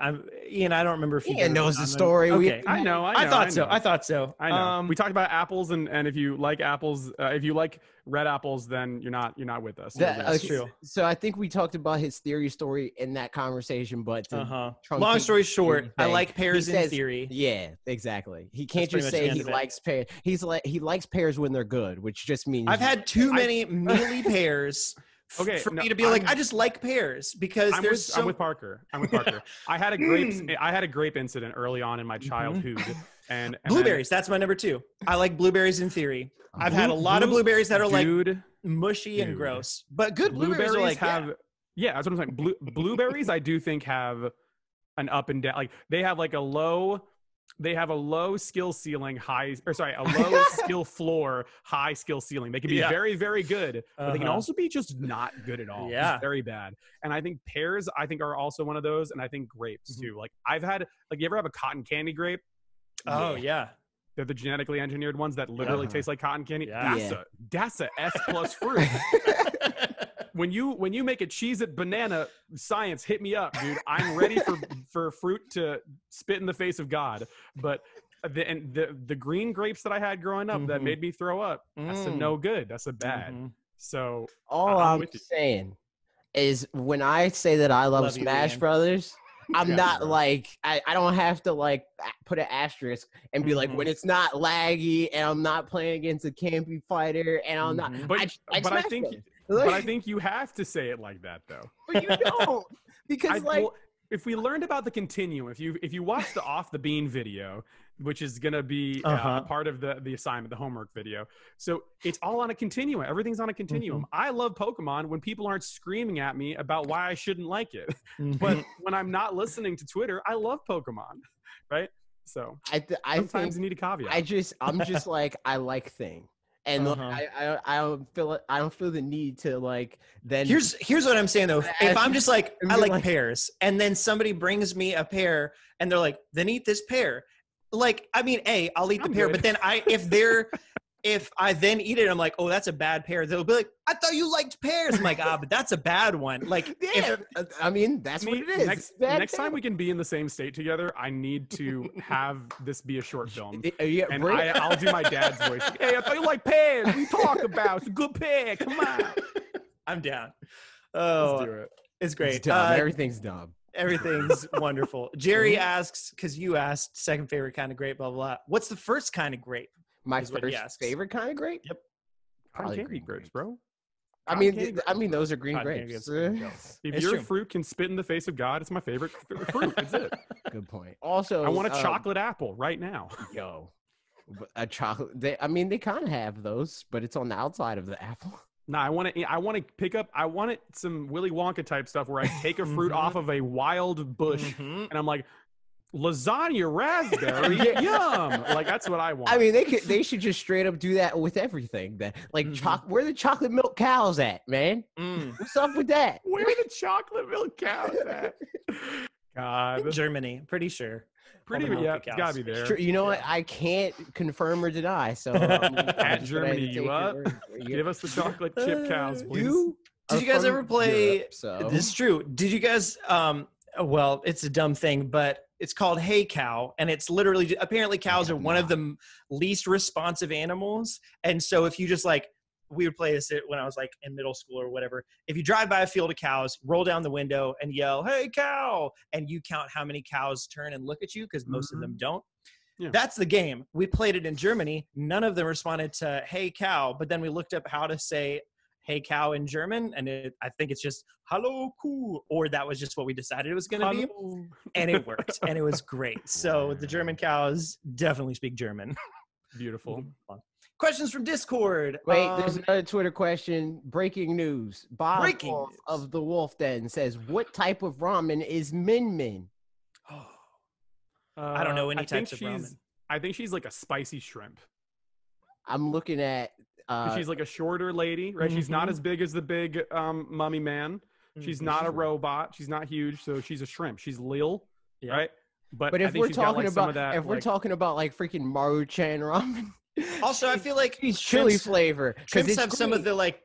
It's like the same kind of action. She feels like she's got some of that with her like reflective kicks. Exactly, and they have those like lobsters, and there are crustaceans that literally break the sound barrier. Have you heard of these? No. Oh yeah, it's the Pokemon. It's a Pokemon. AJ knows about this because of Pokemon. There's a Pokemon called Klotzer or whatever that is based off of a small lobster that literally can punch the water so hard that it heats up the water to boil all of the objects around it. It's anime, dude, and that's what Klotzer is about. And that's what I'm saying. It's a crustacean. I'm feeling a crustacean plus a spicy. Yeah. You know, I'm all in. I'm saying spicy shrimp ramen. She's chili flavored Maruchan ramen. I like it. There you go. Thanks, Bob. You did it. Congratulations. No, Bob. No, thank you. Send us the feet pics or else. This is my got yours, thing to troll. Yeah. Well, it's funny that my video came out right after that because I went into every time Bob streams on his channel at Wolf Den Live, right? Is that the full tagline? I always joke I'm like, hey Bob, where's the feet pics at? He's like, Ian, leave my chat right now. Like everyone else, he's like very kind. I'm sure you stir everybody else up with that too, and then everybody else is like, everyone's like feet, and I'm like. Please ban me. I'm asking to get kicked off of Twitch vis-a-vis Bob's Twitch channel. And then that's the same day that I posted my video that happens. I don't wear socks or shoes in my house. What am I? So now I have to wear socks in my next video because people are... Question from Discord from CBTFMSGVG. Wow. I don't know what it stands for. What's the acronym? Make it up right now. Children, believe the father, mother is surreal governance via Go-Go's. Got it. Wow. That's 2 G's. And if you don't, it's fine. well, it's a big G, little g. Okay, gotcha. Go-Go. They ask, do you think that in the cutscene with Honey, after you've given her 1,000,000 watts, that Game Freak has teased being able to battle past trainers and champions from the old games at some point in the DLC? And why haven't I seen anyone else talk about this? They've already kind of hinted that as well, because you can run into old trainers in the game. Like I was on stream with AJ, and I'm like driving through a cave, and I'm like, Raihan? Yep. What are you doing here? And he's like, sup? And I'm like, okay, bye. I gotta go. Like, and he's just sitting there like with his Duraludon, like just vibing. I'm like, don't you have a gym to deal with? And he's like, no, I'm training here. I'm like, okay, I win the Champions Cup, dude. That's true. I mean, that would be fitting with all the rest of the Crown Tundra stuff, because we're doing old legendary, so like battling old. But I think he's talking about like Red, like and and I don't know, freaking what's his name? Blue? No, Orange? I'm trying to think of like a random other gen, like freaking Gen 3. Like who's the water gym dude? Well, that's what I'm saying. Like that would make sense with getting all the legendaries from those. Yeah, I don't see why they couldn't at least bring back trainers from them as well, because the whole Crown Tundra seems like a lot of it's about like revisiting some old things and getting some new stuff too. It's going to cost 10 million watts. 1 trillion billion watts. Grimane asks the following. Some folks say Mario Party doesn't get love the way Smash does because Smash is a competitive esports game. It shouldn't get love. But this seems to ignore that every other Nintendo games have gotten love while not being anywhere near esports games. It's notably, Animal Crossing, Super Mario Maker 1 and 2, Luigi's Mansion, Breath of the Wild, that Kirby game. Star Allies, I guess. And while it can be argued some of these are bigger franchises than Mario Party, it feels like they've left it out in the cold. Do you think they plan to annualize the game on some level, releasing 1 or 2 more for the Switch with marked improvements, or are they just done with it? 100%. Yeah, 100%. No. I don't know if it'll be marked improvements, but they're definitely going to release more. There's going to be a Super Mario Party 2. Mark my words. It's going to happen. I wouldn't be surprised. Well, with the stuff they're doing this holiday, not this holiday. I was going to say, the reason why they don't invest, Nintendo hates the fact that you play their games competitively. If you say that you're serious about a Nintendo game, Nintendo will come to your house and take that game away from you. That's what they said about Smash Mr. Brothers. Nintendo comes to your house. Yeah, like Miyamoto's like, wait, you guys are playing this competitively? Why? And you're like, you have a competitive mode, sir. He's like, no, that was a joke. We put that in as a bit. That's a different Japanese man, right? Dude. No. What's his? Wait, who's the Sakurai? Sorry. So yeah, Sakurai was like, don't ever do that. That's wrong. We don't compete. But it's a competitive game. Sakurai, I think he's against. Well, I don't think he's against it anymore. He's begrudgingly accepted that Smash Brothers is competitive now. Yeah, he still hasn't embraced it, but he's like, oh, whatever, dude. Ironically, Pokemon, I think, is the only one that has embraced it. Yeah, I think Pokemon embraces it. I think Splatoon embraces it. That's true. Yeah, I think. When can I teabag the other squids? That's when you know they really embrace the competitive shooter mentality. Yeah, I mean, you can do that just by spamming ZL, dude. Yeah, but the reason why I brought that up is because you think that Pokemon's competitive. Every single aspect of Mario Party is trying to make other people hate you. Yeah. That's why they don't want to invest money or time into it. It's like, hey guys, I think we accidentally opened Pandora's box and caused an item that will 100% make you want to commit murder upon people you play this game with. That's the only reason why you can play it online now. They're trying to save murder. They're trying to stop people from dying. Pretty much. Yeah, it's still dumb that game never got DLC. They're doing Super Mario Party 2. I think that's got to be the answer, yeah. Cowboy asked, what do you think of the Animal Crossing's update? Bro, tight. I'm down with swimming, man. I'm down. I'm going to live in the ocean. Yep. I'm curious how long it'll bring me and or my wife back to it. It's going to bring me back for 4 hours cumulatively. Ian, you would very much love my friend Chad. There's like at least he's not a classic Chad for what it's worth. He's not. Oh no, you don't name your child Chad with the intention of them being a Chad. Chads are born, not created, or whatever. You know what I mean? The other way around. Chads are created, not born. That's the one. Yeah. He brought up his friend Chad in a video, and everybody was like, "That's not a real person." It's funny that it was funny because all the comments were like, "You can't talk about a Chad and not have them be the stereotypical Chad." And I was like, "No, I gave an example of a real using my friend who is named Chad," and they're like, I don't know about that. Picture it didn't happen, bro. Show us your Chad. At this point, it's like the opposite of Occam's razor. It's like people like they freaking hear that Bob's name is Bob, and they're like, "That's not your real name." The most complicated explanation, 100%. It's like Chad's Gatorade bottle. Until I see a Chad, I do not believe that this person's name is Chad. Yep. Duncan asks, "What is AJ's second favorite type of grape?" Green. I mean, not green. Freaking. Why did I think? Like, I thought fired, canceled. Purple grapes, and then my head went to grape like flavored things, and then that turned into green somehow. But yeah, purple grapes. Second best grape. Yeah, man, I'm down. That's all. Ali 298 asks top 3 barbecue foods. Okay, so chicken. Okay. Wait, what does exactly mean? Is it? Are you talking like barbecue in the southern barbecue style, right? Or is it barbecue as more like how Europeans use it? Like we're going to a barbecue, like a cookout. Or is it stuff like barbecue wings and like also true, like stuff with barbecue sauce on it? Yeah. So maybe just one. I don't know. Whatever. Just answer however you want. Coleslaw. That's one. I don't know why I said coleslaw. I don't care about coleslaw. I hate coleslaw. I was like, coleslaw. Dude. I mean, it's not bad. I feel mediumly about. I feel I'm exactly in the middle of the two of you. Dude, it's cabbage with mayonnaise on it. It's gross. Not all of them have mayonnaise. That's true. Yeah, you could have a vinegar-based one. Is that a thing? Yep. I need to try that. I'm also coleslaw by itself. I don't really care about coleslaw on like a pulled pork sandwich, though. Yeah, exactly. You're never chomping on the slaw without some other stuff in there. I'll say for the cookout side, top 3. So barbecue is probably you call it in Europe would be hamburgers, just classic hamburgers. Yeah, it's great.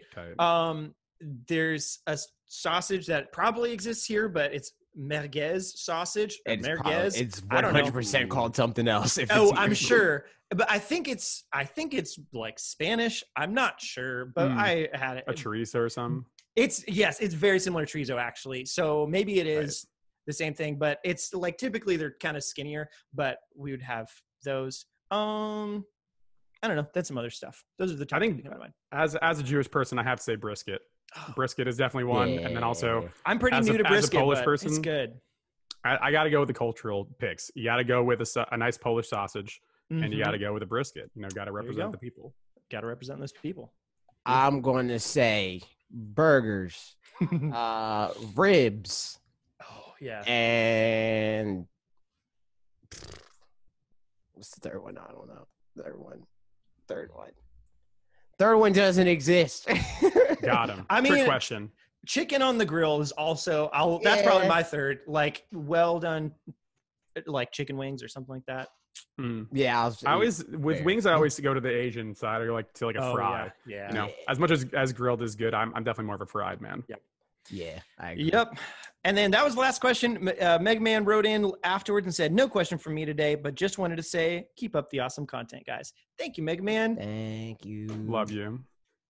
You're a real one. But you know what, guys? That's it from us. We are done. And I mean, it was a really short one today, but that's just how things work out sometimes. So that's life. Yeah, man. I'm sorry that you just got this anemic episode. We barely anemic episode. This episode has no blood. It took us 40 minutes to get into the first news article. That's me. Hey, listen, if you ever hear me on any podcast, like let's say a year from now you hear me on a Giant Bomb. Oh, wait, we didn't talk about Ian's Zelda idea. Oh, okay, yeah. It'll be a 1 minute thing, and I promise, cut me Let's off do on it. more than a minute. Literally, Yep. I was in the DMs with AJ, and I was talking, man, you know what's cool about Zelda's story? Nothing. You know what we could do? Change it. Here's how we're going to change it. You know what's really I was almost said the F word there. You know what's really messed up? You know what's really messed up? The one person of color in all of the Zelda universe is always the bad guy. Kind of mean, right? Also, the whole idea about destiny and fate, kind of, that makes the whole thing boring. Yay, the 2 white elf children save the day. Yippee-ki-yay. How about this instead? What if we make it so that it's all about control, essentially? We have Zelda, who has like the knowledge of all the past Zeldas, be like, you know what? These Triforces have done nothing but mess everybody up. I'm the ruling queen right now. I'm going to have both of the Triforces in my hands. I know I can do it. Like a good idea in concept, like, which is what a good villain does, but then obviously for malicious reasons. So, you know, she's like, I know that the Ganondorf will be reincarnated. We just killed him because I'm adult Zelda or whatever. We're going to go and find the next Ganon. Sorry, girl Zelda, you're right. So I'm girl Zelda, and I'm going to go and find the next reincarnation of Ganondorf no matter what. She brings a bunch of guards to the Gerudo Desert. All the Gerudos are like, we don't have anyone, sorry. It turns out that the Gerudo are actually protecting a young Ganondorf and teaching him the ways of, like, you know, of fighting, of leading, whatever, but they're not bringing him up to be this warlord. They're just like, listen, they're after you for a specific purpose that you have no control over. So we're going to hide you. And then instead of you playing as a young Link, you play as a young Ganondorf trying to interpret the world as an outcast, both almost from your own people. You can't even leave your house, and trying to fight this ruling army of Hyrule, right? And then the other wrinkle to that is that Zelda, at her middle age, we'll say, maybe at one point she was in love with Link or whatever, kills him something happens with him, maybe sends him back in time as a child, right? Because there's time manipulation in the series, at the behest of controlling his powers. So having a whole thing where it's child Link frozen in time until adult Zelda needs to control him. And I had something about like involving the fierce deity, right, AJ, where I was like, the ending fight is you as adult Ganondorf, or like young, older teen Ganondorf fighting against the monarchy of Hyrule. And it's revealed that, oh, here you go. Evil Zelda has the Wisdom Triforce, is the princess, and has all the young boys of each generation hunted down for experiments, because, again, it gets reincarnated into a young boy of the Hyrulean kingdom and also one of the Gerudo kingdom. The Gerudo have been secretly birthing males for years, but they're able to hide them from Hyrulean government using traditional garb. Like, you're not going to go up to a Gerudo woman and rip off her face mask or whatever. So that's like how they hide him. Then we get the start of the game. We learn about the harsh Hyrulean regime, get hints that Zelda is much older than the rest of the trio. I wonder why that is. That's weird. Why is that? Spoiler, she's been killing the young Hyrulean would-be heroes before they can become warriors. At the end of the game, use your Triforce of Power against a possessed and artificially aged-up Link that looks like you. You guessed it, the fierce deity, and is being controlled by Dark Zelda, a.k.a. the God Queen of Twilight, because only a truly magnificent God Queen could control a fierce deity. You teach the player and the world that power can be both a shield and a sword, and that power that is used to protect your friends and countrymen is truly a worthy pursuit of power. And then I kind of go into the whole idea that, like, the temples in the Zelda universe have been very, like, man-made, right? And having it be this split of, like, almost like a homage to Native American and Native Mesoamerican culture, where, you know, Ganondorf is always a boar. Why is that, right? And then have it be like him communing with the natural spirits of Hyrule that were there before the Hyruleans came, right? And, you know, kind of stuff like that, and having it be like he goes to the boar temple, the dragon temple, and when you said a boar, temple. at first I didn't realize you meant boar, an animal. I thought you meant like he's such a boring dude, man. Yeah, no, yeah. Ganondorf is such a boar. Oh, and then I think the last thing I said was and then that's the perfect, and think about this as the whole Dark Link thing. Literally, instead of Dark Link, you have the past incarnation of Ganon, and you're fighting like Nintendo 64 Ganon in this hypothetical sequel. And like true Ganon isn't just a lifeless shell. He's like, don't you understand? Power is created to subjugate others. And then you're like, no, it's not like that. My parents taught me this or whatever. Like, it's not like you're wrong. You're wrong. He's like, well, if it was so wrong, then why did all of us in the past generation do it? Like an evil Avatar style thing. Yeah. And you as the player character are resonating with Ganondorf because you're like, no, it's wrong. I know it's wrong. I was taught this way. No matter what triangle is on my hand, I don't care. I want to be the first good one or whatever. Like, that's a really resonating story, I think. I think the final thing that I wrote was I also said that one of the dungeons would be the Fairy Queen, because the Fairy Queen is like a natural sort of like deity of that universe. And then I said the final scene would be you would fight True Ganon, learn to reject the evil of his past iterations, and as he does that, the boar, the bear, and the shark, that would be like the water temple, fuse together to become a giant dragon made of swirling purple light. That Ganon uses that to purify fierce deity Link. They work together to defeat the false Queen Zelda, and that's the end of the game. There it is. Dope. Just there saying. it is. I love it. There it is. And there's Nintendo. The I work on commission. Please contact me. Hit him up. Ian, why not on Twitter? I would cry if I could write a Zelda game. I would. Yeah. That would be dope. Freak out. Yeah. If I don't get early copy, I'm going to be upset. Everybody follow Ian on Twitter. Also go to okbeast.com. Check out all their stuff. Listen to their podcast if you want more Ian diatribes. Also, listen to our podcast because he 100% will be back. Hope so. That's true. No, it's happening. Okay. I have no choice. I will make you. I'm trapped. But anyway, like, comment, subscribe, all that good fun stuff. Love you guys. Bye.